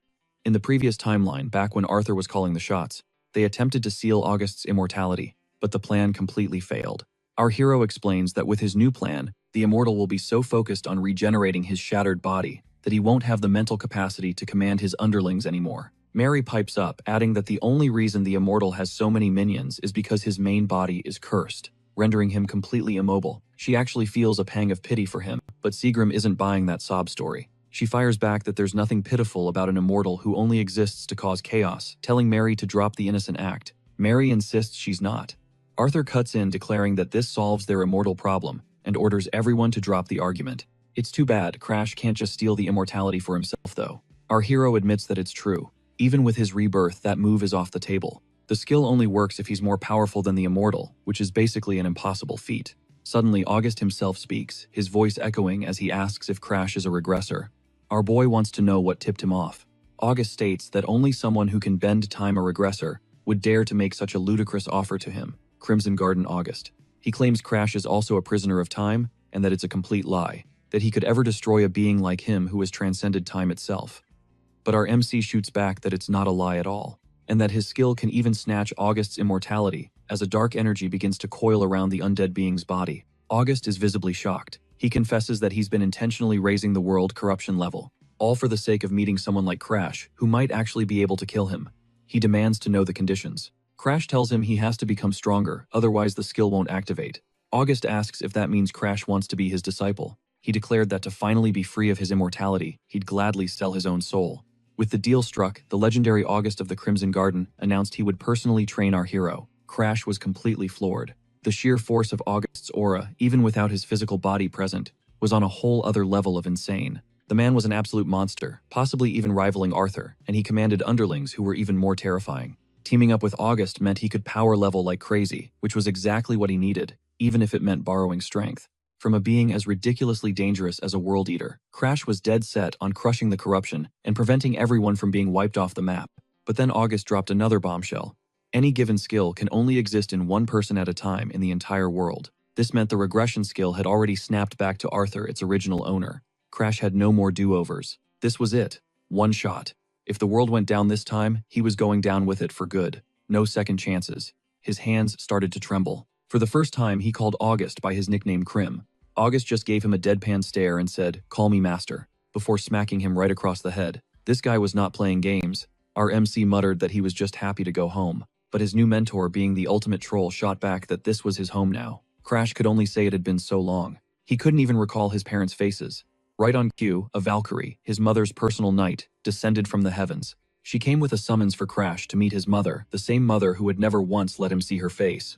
It seemed his recent glow-up had piqued her curiosity. The Valkyrie also mentioned his father, the head of the family, wanted a word. As soon as he got back from the Forbidden Domain, our boy was shook. His dad was a freaking demigod now. He wondered if the old man had sensed his power shift through the constellations.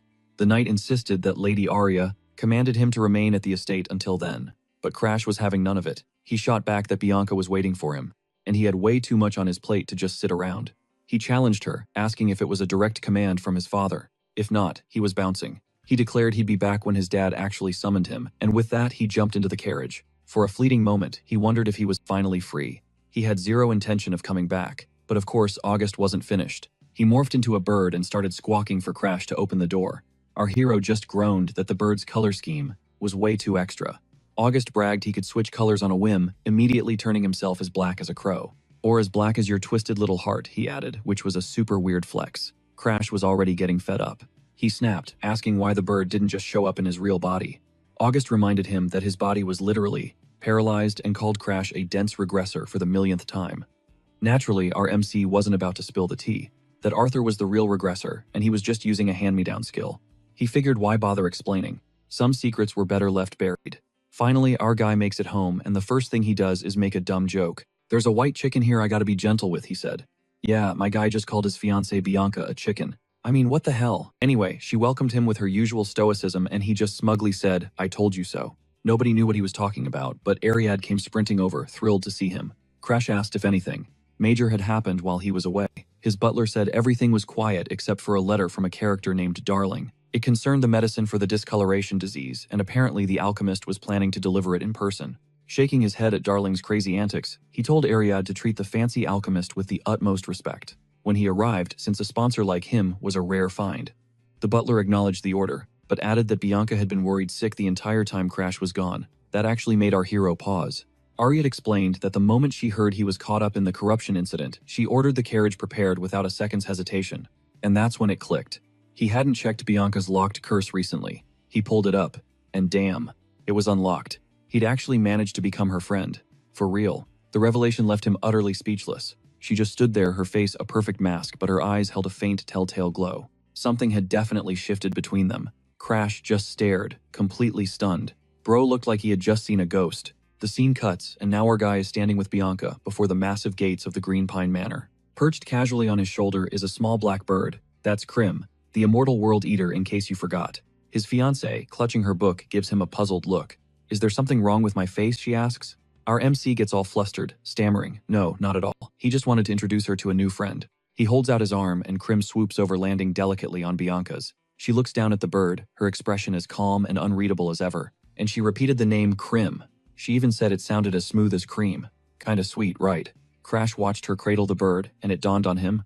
Whoa, maybe Bianca was actually a huge animal person. So ever the cunning strategist, he started scheming in his head about how to shatter the second part of Bianca's curse. A brand new massive lock materialized in his mind, even larger, and bound by heavier chains than before. The condition this time was to become this girl's most precious person. Our hero started racking his brain trying to figure out what the heck most precious even meant. He ran through the options: a father, a son, a friend, a lover, and since they were already engaged, he figured lover had to be the right answer. But nah, he wasn't about to start making moves on a kid, even if he was technically an adult in his mind. Get a grip, dude. Krim, still looking like some little emo bird, chimed in, pointing out that Bianca was clearly into Crash, judging by how she wouldn't let him go earlier. So yeah, our protagonist had definitely made an impression. Now, as the sun started to set, the bird stared our hero down and told him to cut the chatter. It was time to test Crash's power. He wanted our guy to meet him at the training grounds, no excuses. Crash's face grim, simply confirmed he'd be there. So fast forward to that night on the training grounds, our protagonist got absolutely demolished. He was just sprawled on the dirt, blue sparks flickering across his body like he'd just been run over by a semi. Krim perched above his expression, dripping with disappointment. He called him pathetic. Was this seriously the best a regressor could muster? Crash had to be honest with himself. He thought, yeah, this is exactly why he always saw himself as a failure. Everything he'd done up to this point was purely because of his regression, or the abilities he'd swiped. Even if he grinded his absolute hardest, a real genius would still leave him in the dust within 5 years. But Krim wasn't buying it. He shot back. Sure, that might be true if you're only focused on talent. But in front of his mentor, talent meant nothing, because Crash had his ultimate cheat code. He could just steal anyone's talent. Krim declared he would drag our protagonist to the very top no matter what, as long as Crash was prepared to seize everything. Then things got real dark as a clawed shadow emerged. And this master basically instructed him to steal his immortality too. That was the game plan, and Crash was 100% down. Afterwards, our guy just zoned out, staring at the full moon through the window. A few days drifted by, and the Green Pine Mansion was peaceful. And then bam, Darling Dan burst onto the scene, grinning from ear to ear while practically bouncing off the walls. Like he was the star of some rom-com. He yelled that he was here, calling Crash his darling. Our protagonist was having none of it and demanded to know when he became anyone's darling. Darling pouted, but Crash just wanted to see if he'd brought the promised goods. The alchemist whipped out a vial of mysterious pills and announced, "Ta-da!" It was complete. He even asked if Crash finally believed he was a genius, and for the first time, our protagonist actually admitted it. He said Darling had always been a genius. The flamboyant alchemist practically melted, glomping onto Crash from behind with literal hearts in his eyes. But our guy immediately shoved him off. So Darling changed the subject, saying he had massive news. Annex, yeah, that guy had changed. Crash was like, wait, seriously? This dude explained that after getting wrecked by Charlotte, Annex had completely quit training. But after the whole Star Shrine incident, he was back on the grind. Our hero just shook his head, thinking that guy was always a pain and was now just going to cause even more drama. Krim, perched on a branch, commented that maybe there was more to these people than he initially thought, and that he was planning on forging Crash's weak body with a special elixir. He told our protagonist to get that alchemy genius Darling Duh to brew the potion. Crash was floored, but his mentor just told him to get the recipe and make it happen. This got Crash thinking that an elixir that could amplify aura and strength was ridiculously rare and expensive. Only the top noble families usually had stuff like that, and our boy never stood a chance. Earlier, Crash had hit Darling up for another favor to make that potion. The alchemist was like, damn, you ask for a lot, don't you? But he told him not to worry about the cost. House Valheim wasn't going to help anyway, so he'd cover everything himself. So the bird told our guy to repeat the recipe back to him. Darling looked completely baffled for a moment, trying to compute all the insane ingredients and instructions. He demanded to know where in the world Crash got this recipe. But Crash just played it cool, saying it was a Valheim family secret. Makes sense, right? Nothing is ever normal with that family. The flashy alchemist said he could do it, but that gathering the ingredients would be a nightmare. The first item, the white sunflame mushroom, only sprouted on snowy monster-infested mountain peaks, which happened to be Bianca's home turf. Our hero already had a strategy for that one. He'd just hit her up since her family was from that region. But the major roadblock was the second ingredient, the golden dragon herb. That herb only ever popped up near a gold dragon's nest deep within the Empire. Or if you were lucky, you might score some on the black market, but get caught by the Empire, and you were absolutely cooked. Crash said he'd do whatever it took, even if it meant tracking down some sketchy merchants. But Darling had a different angle. The Empire was throwing a martial arts tournament for kids under the age of 15, and the grand prize was the golden dragon herb. Perfect, right? Except our MC pointed out that him joining would be a political train wreck. The tournament was basically a publicity stunt to grab the Academy's attention, and a Valheim crashing the party would ignite total chaos. Darling, grinning like a complete lunatic, just told him not to sweat it. He had a plan. He hands Crash a tiny pink vial filled with a shimmering purple liquid. Our protagonist's spidey senses started tingling immediately. He asked if it was supposed to make him invisible, but Darling just told him to chug it.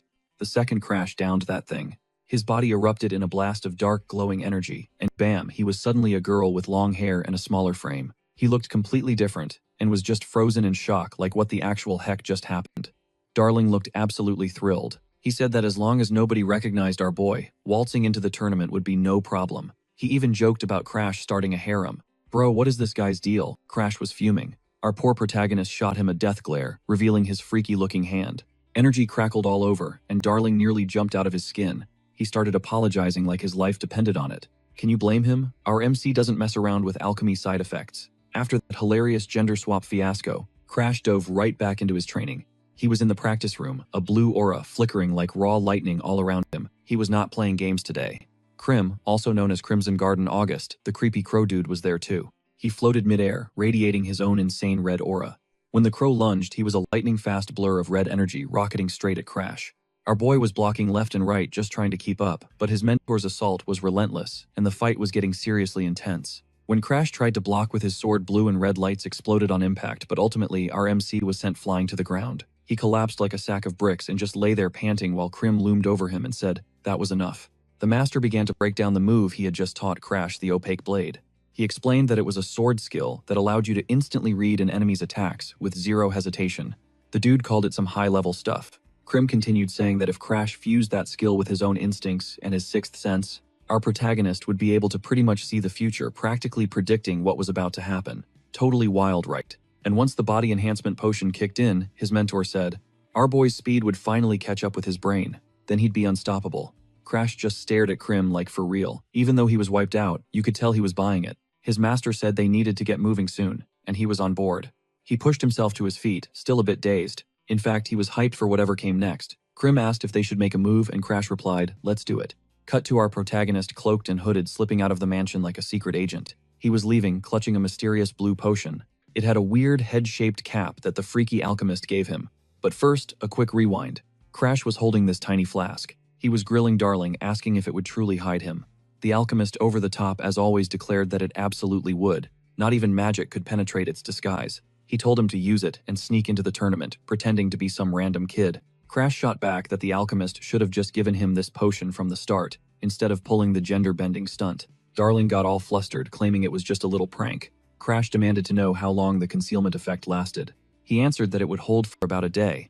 Our poor guy figured Darling was useful but also unbelievably exhausting. Back in the present, a slick-looking carriage was waiting outside the mansion. Ariad was there with a few shady-looking characters. Crash emerged from the shadows in his cloak, ready to roll. Ariad explained he'd set everything up: a middleman from the lawless zone, and a merchant to help them get across the border.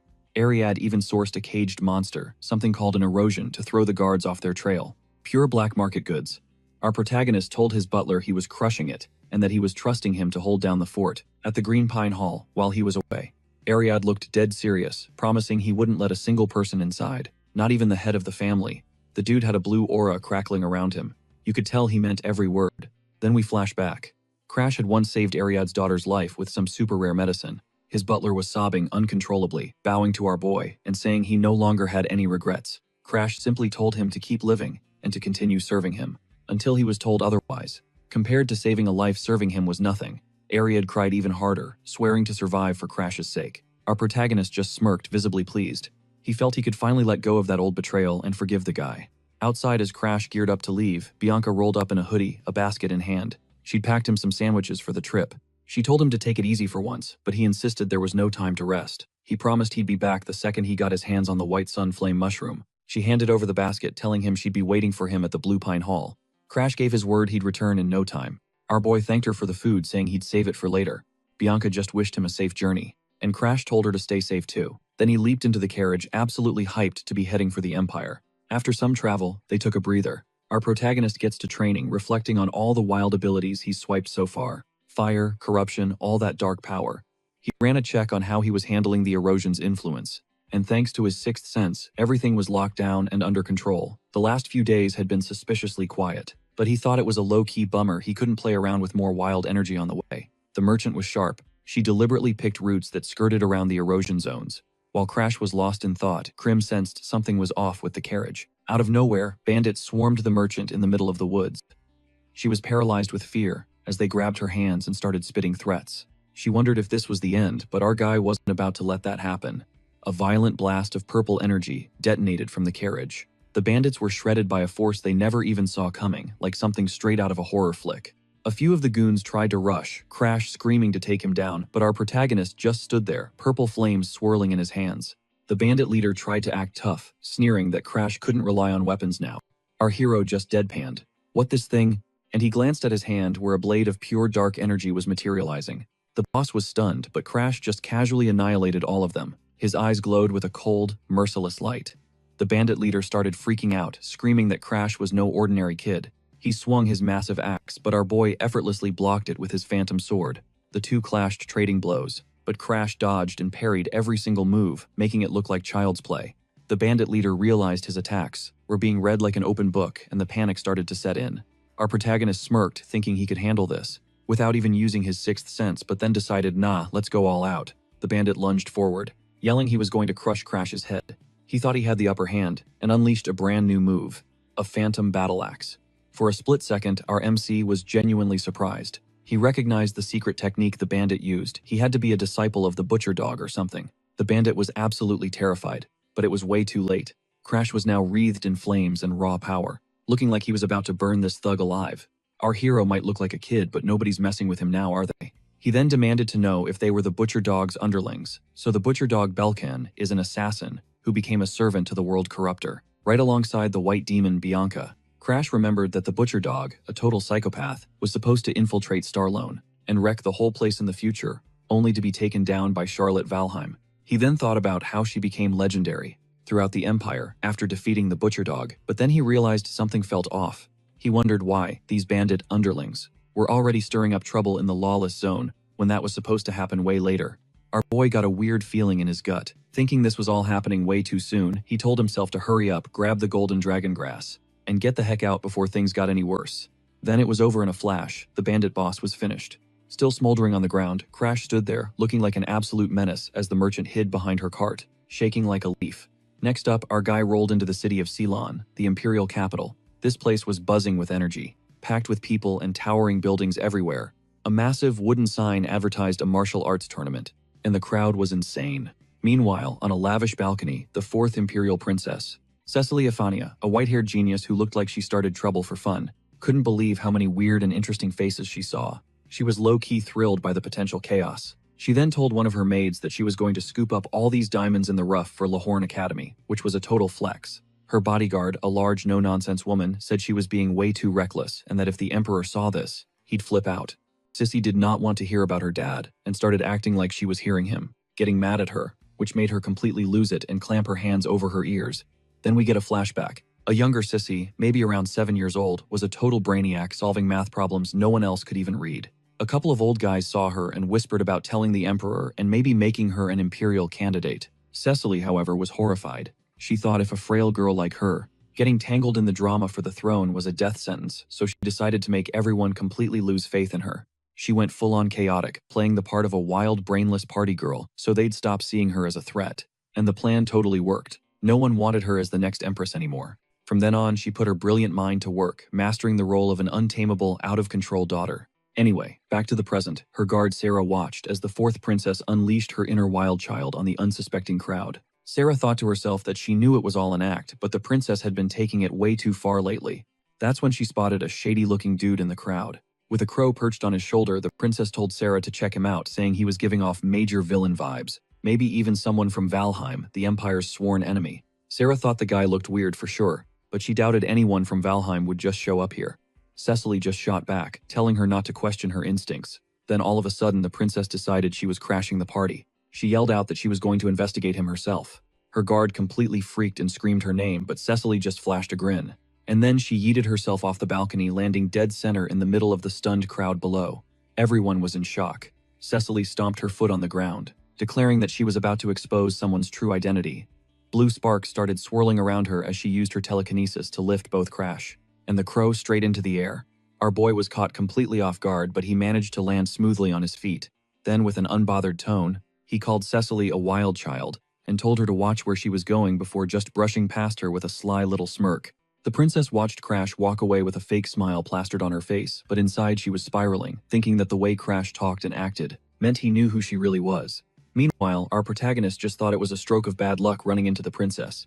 But honestly, he wished he could just avoid her entirely. Later, our hero finished signing up for the tournament as Crad, and he tried to find a place to sleep, but every single inn in town was booked solid. The poor guy looked like he was about to pass out. He figured he'd have to just sleep outside like a stray animal. But then a sweet old lady walked up and offered him a place to stay if he was participating in the tournament. He was ecstatic, but Crim the Crow thought the whole situation seemed incredibly suspicious. Crash didn't care. He was so over sleeping outdoors and immediately took her up on the offer. Crim started nagging him about how our boy should be more careful trusting strangers, but he shot back that he'd had enough of sleeping on the cold, hard ground in his past life. The Crow just called him a crazy regressor. When they got to the old woman's house in the village, she told Crash to take the room on the second floor and that dinner would be ready soon. Our boy thanked her, thinking his luck had finally turned around. But when he pushed open his bedroom door, guess who was sitting there? Cecily, wearing a smirk like she'd planned the whole damn thing. So the genius princess recognized him from earlier, and our protag just froze on the spot. He realized he'd walked right into a trap, and Crim was perched there, giving him a massive "I told you so" look. Crash knew that if she figured him out, he'd be in deep trouble. So he tried to just blow past her and head into the room, but she followed him, teasing him for ignoring a girl as cute as her. She asked if maybe he just wasn't into girls. Our boy, already annoyed, just told her she wasn't his type, and that there were way cuter girls out there in the world. Cecily got a little pressed and demanded to know who he was talking about, but he said he didn't have to answer her. She just laughed it off, saying he was just as mysterious as he looked. Crash told her to stop following him and tried to dodge her, but she just chuckled and said they should have dinner together because she wanted to get to know him better. Our boy, however, was done with all the drama. He turned his back on her, saying he refused because it was way too much of a hassle. He wasn't taking no for an answer and went full-on princess mode. She reminded him that she was royalty. Now she was asking if he really thought it was okay to treat her like that, even knowing who she was. She started heading downstairs but stopped and called out Crash by his fake name, Crad of Starlon. The moment he heard that, our hero went into full-blown panic mode. How the hell did she figure out where he was from after just one tiny conversation? Our poor protag was in some serious hot water now, and Crim the Crow just stood by, probably thinking this was about to get real entertaining. Then the princess leaned in, her voice sharp, and laid out Crash's fake name and hometown, Mr. Crad of Starlon. Our protag's mind was racing. He thought if he slipped up and said too much, she'd find out he was actually from Valheim, and then it would be completely over for him. Trying to play it cool, Crash looked away and told the princess that he had no idea what she was talking about. He said a little girl like her should just eat her food and get ready for bed. Oof. Our boy was really asking for trouble now. Cecily got super pissed, puffing out her cheeks and pointing right at him, yelling that he was calling the wrong person a kid. She told him he was just a kid too. Honestly, these two were about to start a food fight if somebody didn't step in. Anyway, our guy was having dinner while all this was going down. The fourth imperial princess and her serious-faced attendant were back at the palace, scoping out the dinner scene. The attendant asked if Crash as Crad was really from Starlon, and the princess said yeah, but she definitely had her doubts. In her head, she was already piecing things together. Crash's accent was almost flawless, practically native. But to a trained ear like hers, something was just wrong. And get this, her aide totally called it out too, which gave the princess a little confidence boost. She just plays it off with a shrug. She's trying to act all chill, but you can totally see she's secretly proud. All the while, the princess is deep in thought, her eyes literally glowing with intensity. She has this gut feeling like her mind picks up on details everyone else misses, and it's screaming that Crash knows way more about her than he should, especially since she has zero memory of ever meeting him. She considers this power a kind of sixth sense, a personal mind's eye. Dude, this girl sounds like major trouble for our protagonist. Her aide suddenly pipes up, asking if they should just snatch Crash and force some answers out of him. But the princess shuts that down. Hard no. Things are just starting to get spicy, and she refuses to spoil the entertainment. Then, flipping the script completely, she asks if Sarah has dug up any new intel on her sister, and Sarah confirms she has. The third princess, Sigrun, has done a complete 180 since last year. It's like she's a totally different person now. A wave of anxiety washes over the princess. She can feel something awful brewing on the horizon, remembering that gut instinct from before. And now it's telling her that the first and second princesses are walking straight into a disaster. They're about to get absolutely wrecked. She even gets this chilling vision of blood raining from the palace sky. Super dark stuff. Just like that, the scene cuts, throwing us right into the tournament arena, where our protagonist makes his grand entrance for the preliminary battles. The disguise is gone. He's unleashing his full power, a mask of pure determination on his face, and Crim is still perched on his shoulder like a boss. With a single devastating punch, he launches some unlucky contestant across the floor, while another is already out cold. And in the blink of an eye, the prelims are done. The coordinator calls for the 4 survivors to exit, and the entire stadium just erupts. One spectator wondered who this intense, squinty-eyed guy was, guessing he was some kind of underworld enforcer. Another pointed out the real mystery was the crow Krim. It never even flinched, let alone fell, from Crash's shoulder through all that insane action. Speaking of which, Cecily and her aide pop up in the stands once again. Her eyes are locked on Crash, relentlessly probing him with question after question, trying to pry some information loose. And our hero is just thinking, this girl has an insane talent for extracting secrets from people. He's seriously irritated. Still, he has to admit she didn't sabotage his performance in the prelims. He's annoyed, but she hasn't crossed that line, yet. The objective was straightforward. Out of 100 combatants, you just had to be one of the final 4 left standing. But from our MC's perspective, the competition was a complete joke. With a power gap that massive, his victory was a foregone conclusion. Later, as he's heading home, a shadowy figure emerges. A hulking man wrapped in bandages approaches him with a seriously unsettling grin. He starts talking, his voice low, saying Crash fits the rumors to a T, especially with that ominous crow perched on his shoulder. Then he drops the bomb, asking if Crash is part of the infamous Night Raven assassin clan. Crash is just like Night Raven. The dude looks completely clueless. So for context, Night Raven is a legendary guild of assassins from outside the Empire. In the criminal underworld, their name alone inspires terror. They're even fated to help bring down the Empire in the original timeline. Crash has to admit, even as a regressor from Valheim, his knowledge of the Empire has some serious gaps. But a Night Raven agent enrolling in the academy, that was news to him. Playing it cool, our hero tells the bandaged guy he's got the wrong person. The bandaged man immediately throws his hands up, backtracking like he wants zero smoke, claiming he was just trying to be friendly with a fellow underworld professional. Crash, trying to maintain his cover, just rolls with the weird vibe while his opponent flashes this incredibly forced, awkward smile. He claims he has no idea who Crash is, then turns to leave, but still calls him Night Raven under his breath. Our boy is left wondering why the guy seems so terrified. He's about to ask what's up when Krim, the crow, makes his move, shooting off his shoulder like a bullet and heading straight for the bandaged man. Krim screeches that he'll lend a hand. Before the man can even process what's happening, he's seized by violent convulsions. Arcs of crimson energy erupt around his body.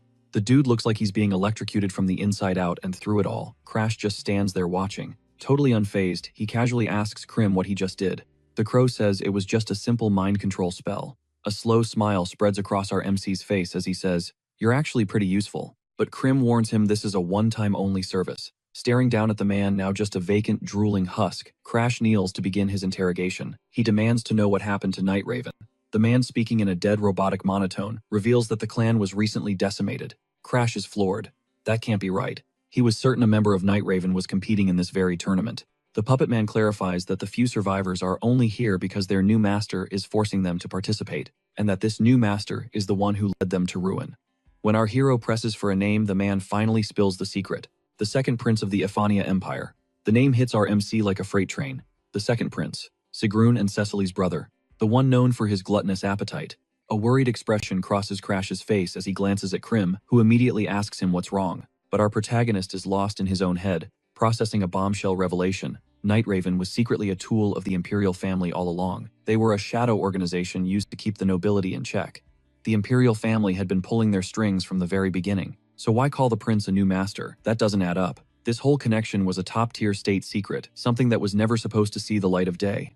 The moment he realized, even a low-tier grunt like the mummy-wrapped dude knew the second prince was behind everything. It all clicked. Someone was playing the prince like a puppet, intentionally leaking these rumors to stir up chaos. He recalled how the second prince's entire job was to act as a shield and power-up for the first prince, but now the script had been completely flipped. Someone was aiming to take the second prince off the board first, a strategic move designed to cripple the first prince. So who profits from all this backstabbing? That's when it hit him like a lightning bolt. This had to be Sigrun's master plan. She must have somehow ripped Arthur's memories of the future, and was now making moves to eliminate all her rivals. If that was true, her first target would be the one who took their own life, after hiding the ultimate symbol of power, the White Dragon Pearl. And that was the very same person who turned Arthur into a powerless figurehead emperor. It had to be the fourth princess, Cecily Euphemia. To ensure she could hand a secured throne over to Arthur, she would first try to neutralize the one major obstacle in her path, Cecily. Crash knew that if Sigrun actually became the empress, the entire empire would just crumble into ash. And that would only swing the floodgates wide open for something far more terrifying. A fire ignited within our hero. He had to shatter Sigrun's ambitions to save the world. He vowed to himself that he would have to seize that special power from her, even if it meant throwing down with the future empress of the entire empire. He shot a look at Krim, asking for his help. The bird agreed, but made it clear this was a one-time deal. Our boy then steeled himself for the real war to come. Dark energy coiled around his fist. He wondered what to do with the bandaged goon, and Krim simply told him to drop it. The guy had already served his purpose. But then an idea sparked in our hero's mind. Why not turn this guy into his own pawn? For the time being, Krim unleashed his power, commanding the minion to return to where he came from. After the bandaged man vanished, the bird asked our hero what their next play was. Crash declared it was time to leverage this disguise. They were going to hunt down the real Nightcrow who was hiding somewhere in the finals. Later, our hero was back in the underground, having shed his disguise and reverted to his true self. He sat in a hidden chamber filled with ancient books, plotting his next move. He decided the time for games was over. He was finally going to track down the genuine Nightcrow member. Deep within the finals arena inside a grim and shadowy room, Crash finally came face to face with a new player. Another cloaked and masked figure stood before him with strands of stark white hair spilling out from under his hood. This new Nightcrow member glared at him, asking if he had any clue that the name he was parading around crowed was actually his. The guy was absolutely livid that Crash had been running around impersonating him. With fiery red eyes and dark energy erupting all around him, the real Nightcrow promised to teach our poor hero a lesson he would never ever forget. The next day, our hero stood in the tournament arena, and the atmosphere was absolutely electric. The jumbo screen announced it was time for the round of 32 in the main bracket. Our protagonist was rocking a slick, dark cloak, and at that very moment, he was in the middle of a battle with some enormous, muscle-bound bruiser. And to top it all off, right on Crash's shoulder, a crow was perched calmly, acting like he owned the entire stadium. Meanwhile, the big guy was getting absolutely wrecked. Suddenly, a colossal wave of power erupted from Crash, sending the huge dude slamming to the ground out for the count. The announcer declared that the winner of the 30-second match was Crad. The entire stadium just lost its mind.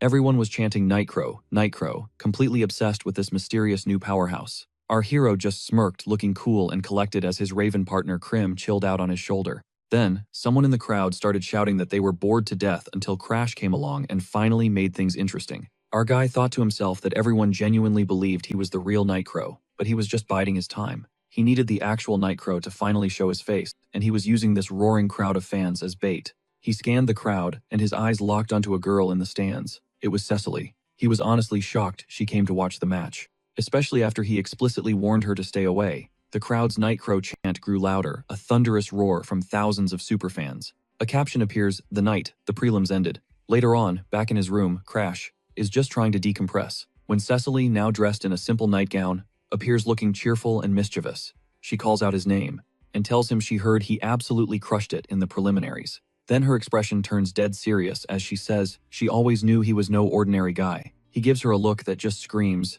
"What are you even talking about?" She asks what's up with that look on his face, but he just gets annoyed and says it's nothing.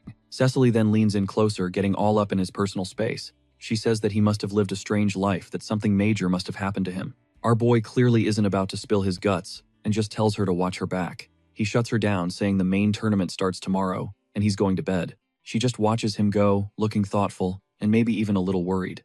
The scene shifts to a balcony in the Imperial Palace, where the fourth princess is standing with her aide Sarah. She was getting sketched out about her Imperial spy's loyalty, and swore she'd run another check.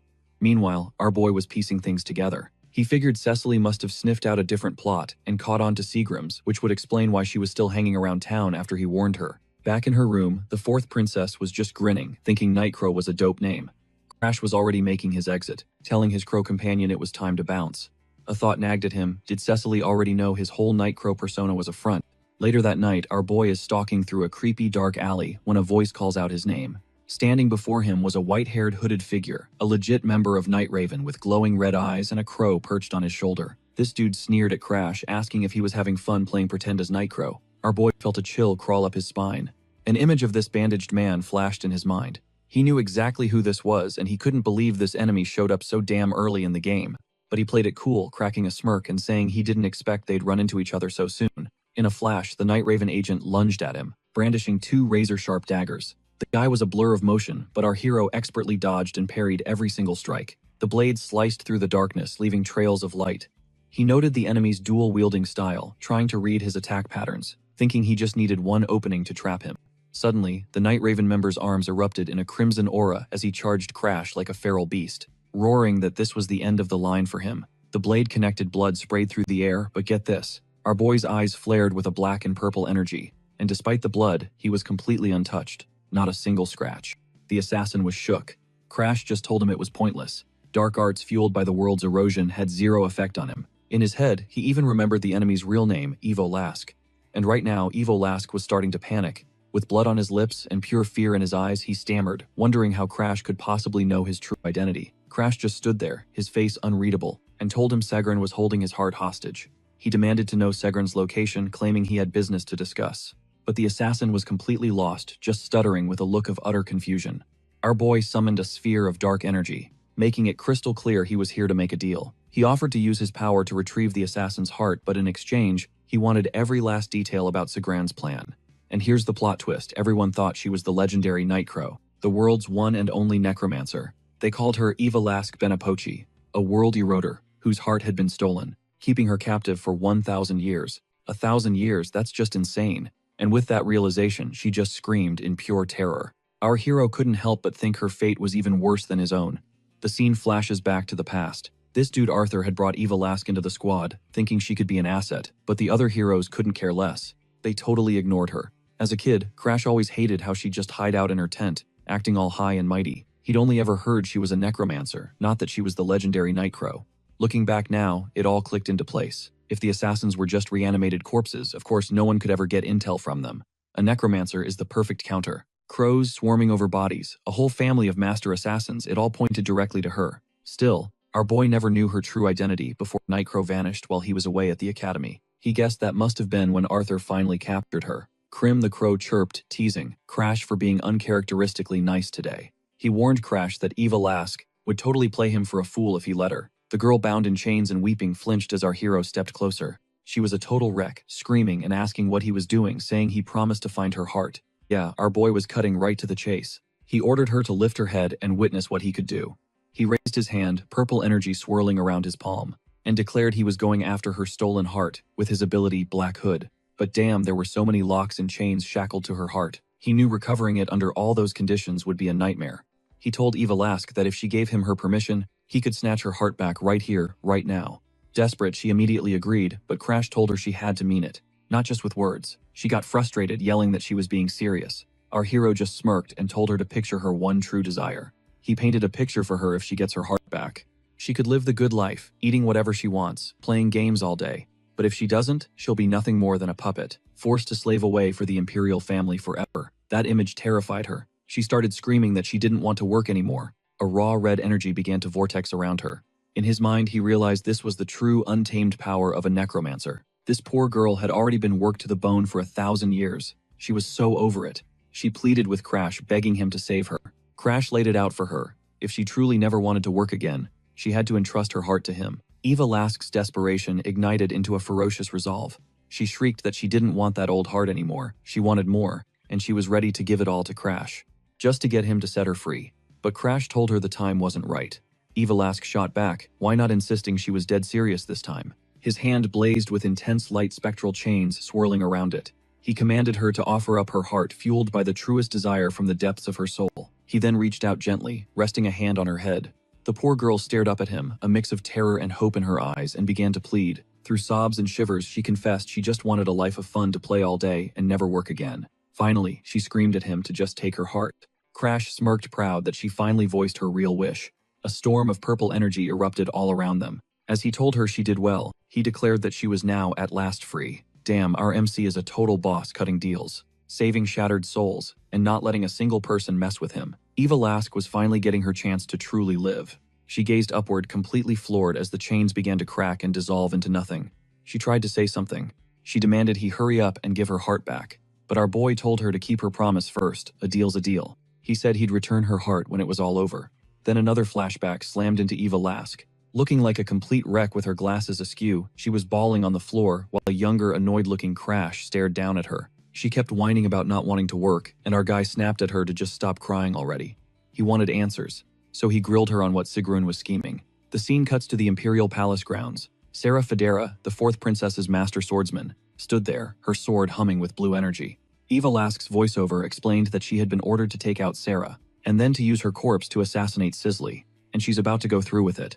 Yep, you heard that right. Pure necromancer vibes. The scene turns bloody. Sarah looked terrified as she was impaled right through the chest by a bizarre weapon with blood spraying everywhere. Her killer told her it's an honor to die for the Empire, as if she actually believed it, and even called her Sira, the Mad Sword. Then we see this hulking figure, either Eva Lask or one of her undead minions, standing over Sira's lifeless body holding a spear. But that wasn't all, because a gigantic ape-like monster armed with a spear was right there beside her. She declared that it was an order from Lord Sigrun, and that they were to manipulate Sarah's corpse and kill Cicely. The story then zooms out to a full moon, revealing that a year has passed since the regression. Sigrun's voice chimes in, acting all dramatic, asking if Lord Arthur is watching and saying they're doing their best. And he mentioned that he missed him. And then boom, another flashback. A day right before the destruction. In front of a chic building on a bright day, just before the world fell apart, three ladies, Abella, Mary Diana, and Eva Lask, were waiting to meet someone named Lord Arthur. The girl was practically vibrating with excitement, her heart racing, ready for Arthur to appear. But he was a no-show. Eva Lask looked heartbroken, demanding to know why, and Abella was just as lost, wondering if Lord Arthur was even visible to anyone else. As darkness fell over the city, Eva Lask stood alone on a bustling street, her gaze locked on the moon with a look of pure sorrow. An entire year had passed since it all began, to wait for Lord Arthur. She gripped her spear and told herself she had to believe in Lord Arthur, and wait for him, just like Sigrun said. She vowed to become the strongest spear user before Arthur came back, saying she would grind hard and nail her mission. Then things get crazy again. A giant ape monster was grabbing a guard, and he told Eva Lask to hang on a second. He then asked if the kid with the crow at the martial arts tournament this time was her corpse. She said yes. Eva Lask commented that Crash had good taste putting a crow on his shoulder to get noticed, but then warned him not to pull any stunts, just because Sigrun wasn't around, and she gave him a little reminder that she held his heart. You could see the big guy's face flip from shocked to being completely done with everything. She gave a little bow and an apology, walking off with a corpse over her shoulder. As she walked, her thoughts got super dark. She was ticked off that our hero only collects rare corpses, but then she realized he'd also been hiding someone like Claude. Too bad Claude was now just another corpse for her, and that really got under her skin. Then the scene switches back to the tournament arena, which is packed with fans. Our hero was there, but this time disguised as Claude, holding his sword and looking like he owned the place. Facing him was Pili, a 14-year-old kid from the provinces, looking determined but, honestly, pretty unremarkable. But surprise, Pili was actually a powerhouse part of the Blue Generation, and had already built a reputation at the academy. The crowd went wild when our boy unsheathed his sword. The opponent charged forward, his sword erupting with blue energy, and Claude met him head-on. Anyway, just as they were about to clash, Claude started talking about the academy, saying that neither of them really needed to kill anymore, since they both had a spot there. He told our guy that they'd made it to the finals, so their admission was guaranteed. Plus, he could stop being a night raven and live a normal life. Pili wasn't backing down. He ordered Crash to shut down the killing spree immediately, declaring that nothing had changed, but our boy just shot back a warning. He told him that, if you get your hopes up too high, you'll just shatter when everything goes south. Pili did not take that well. The guy looked absolutely petrified, as if he'd just seen a ghost. With the tension thick enough to cut with a knife, the referee finally kicked off the match. Pili immediately unleashed a lightning-fast movement technique, the 10-league step, trying to control the fight's tempo and smash through Crash's defense. But Crash just kept weaving and blocking every single attack, moving like a phantom. His opponent started to get rattled, thinking Crash wasn't even human, slipping away from every strike just in the nick of time. Our hero continued to dissect his opponent's rhythm, telling him he knew every single one of his tricks, his feints, his setups, even his ultimate move. In fact, he understood Pili's style better than Pili understood himself. Oof, that's savage. Pili, hacking and sputtering with frustration, swung his sword wildly, but couldn't land a single hit. Crash revealed how his frozen hometown was the crucible that forged his movement skill, the 10-league step. And he said that while he trained like a madman to get this strong, Crash had already seen it all before, and now he was running the show. He then challenged him to get even stronger, so that even if his home was obliterated, he could still be a beacon of hope for someone else. And then, with one clean, decisive move, he ended the fight, dropping Pili to the mat as the announcer roared that Claude was the winner. The entire stadium erupted after the match. Pili, his face a grim shadow beneath his hooded cloak, simply walked away. He wondered if he and Claude would ever cross paths again. The scene flashes back to a time when they were just kids. A younger Pili smiled at Crash and thanked him, vowing to push himself even harder for the good of the world. Crash remembered how weird it felt to be thanked, since no one had ever said that to him before. Snapping back to the present, Claude stood in the now silent arena with his raven companion Krim, lost in thought about the academy. He glanced down at his defeated opponent, and he promised himself that their paths would cross again. But up in the stands, Siphon Ephemera, the second prince, was grinning like a psychopath. He was beyond impressed by the Night Raven's victory. He lounged on his lavish throne with an arrogant smirk, while Evelus knelt before him like a loyal dog. He bragged that, with the Night Raven on his side, seizing the throne would be a piece of cake. Evelos just kept her head bowed. She muttered that it was an honor, but you could tell she was completely miserable. Meanwhile, the second prince was on a total power trip. He told her to keep her head down because he held her heart in his hands, so she better stay obedient like a good little pet. Yikes. Suddenly, the Imperial grounds exploded into pure chaos as a mustached guard was viciously attacked. Red energy flared as the guards screamed for backup, shouting that the second prince was here. More guards were torn to shreds and Siphon started to panic. That's when a colossal black dragon knight, decked out in insane dragon armor, appeared from thin air and declared Siphon under arrest. The charge, the assassination of the fourth princess Cecily Aphania. He absolutely lost it, screaming about why he'd ever kill an idiot like Cecily. But then the female knight added that an assassination order with His Highness's name on it was discovered in the Raven's hideout. The kill order for the fourth princess issued by him had been found. Hearing that, he went ballistic, screaming that he never did anything of the sort. He demands Evilas kill everyone trying to arrest him, but Evilas just looks completely baffled and terrified. She asked who had been assassinated. The Black Dragon Knight recognized the voice, but then the real Sarah stepped into view, 100% alive, smirking and holding her sword. She even cracked a joke about how she wasn't murdered or turned into some killer. Cecily Aphania appeared right after, looking as smug as ever. Evilas went into full-blown panic mode, realizing Sarah was alive and Cecily was perfectly fine. Something in her brain was seriously short-circuiting. It was so weird, she thought, since someone had definitely said there was a murder. Sarah, now looking completely freaked out herself, screamed something about her own body, realizing things had gotten unbelievably messy. So twisted that not even she could figure out what was real anymore.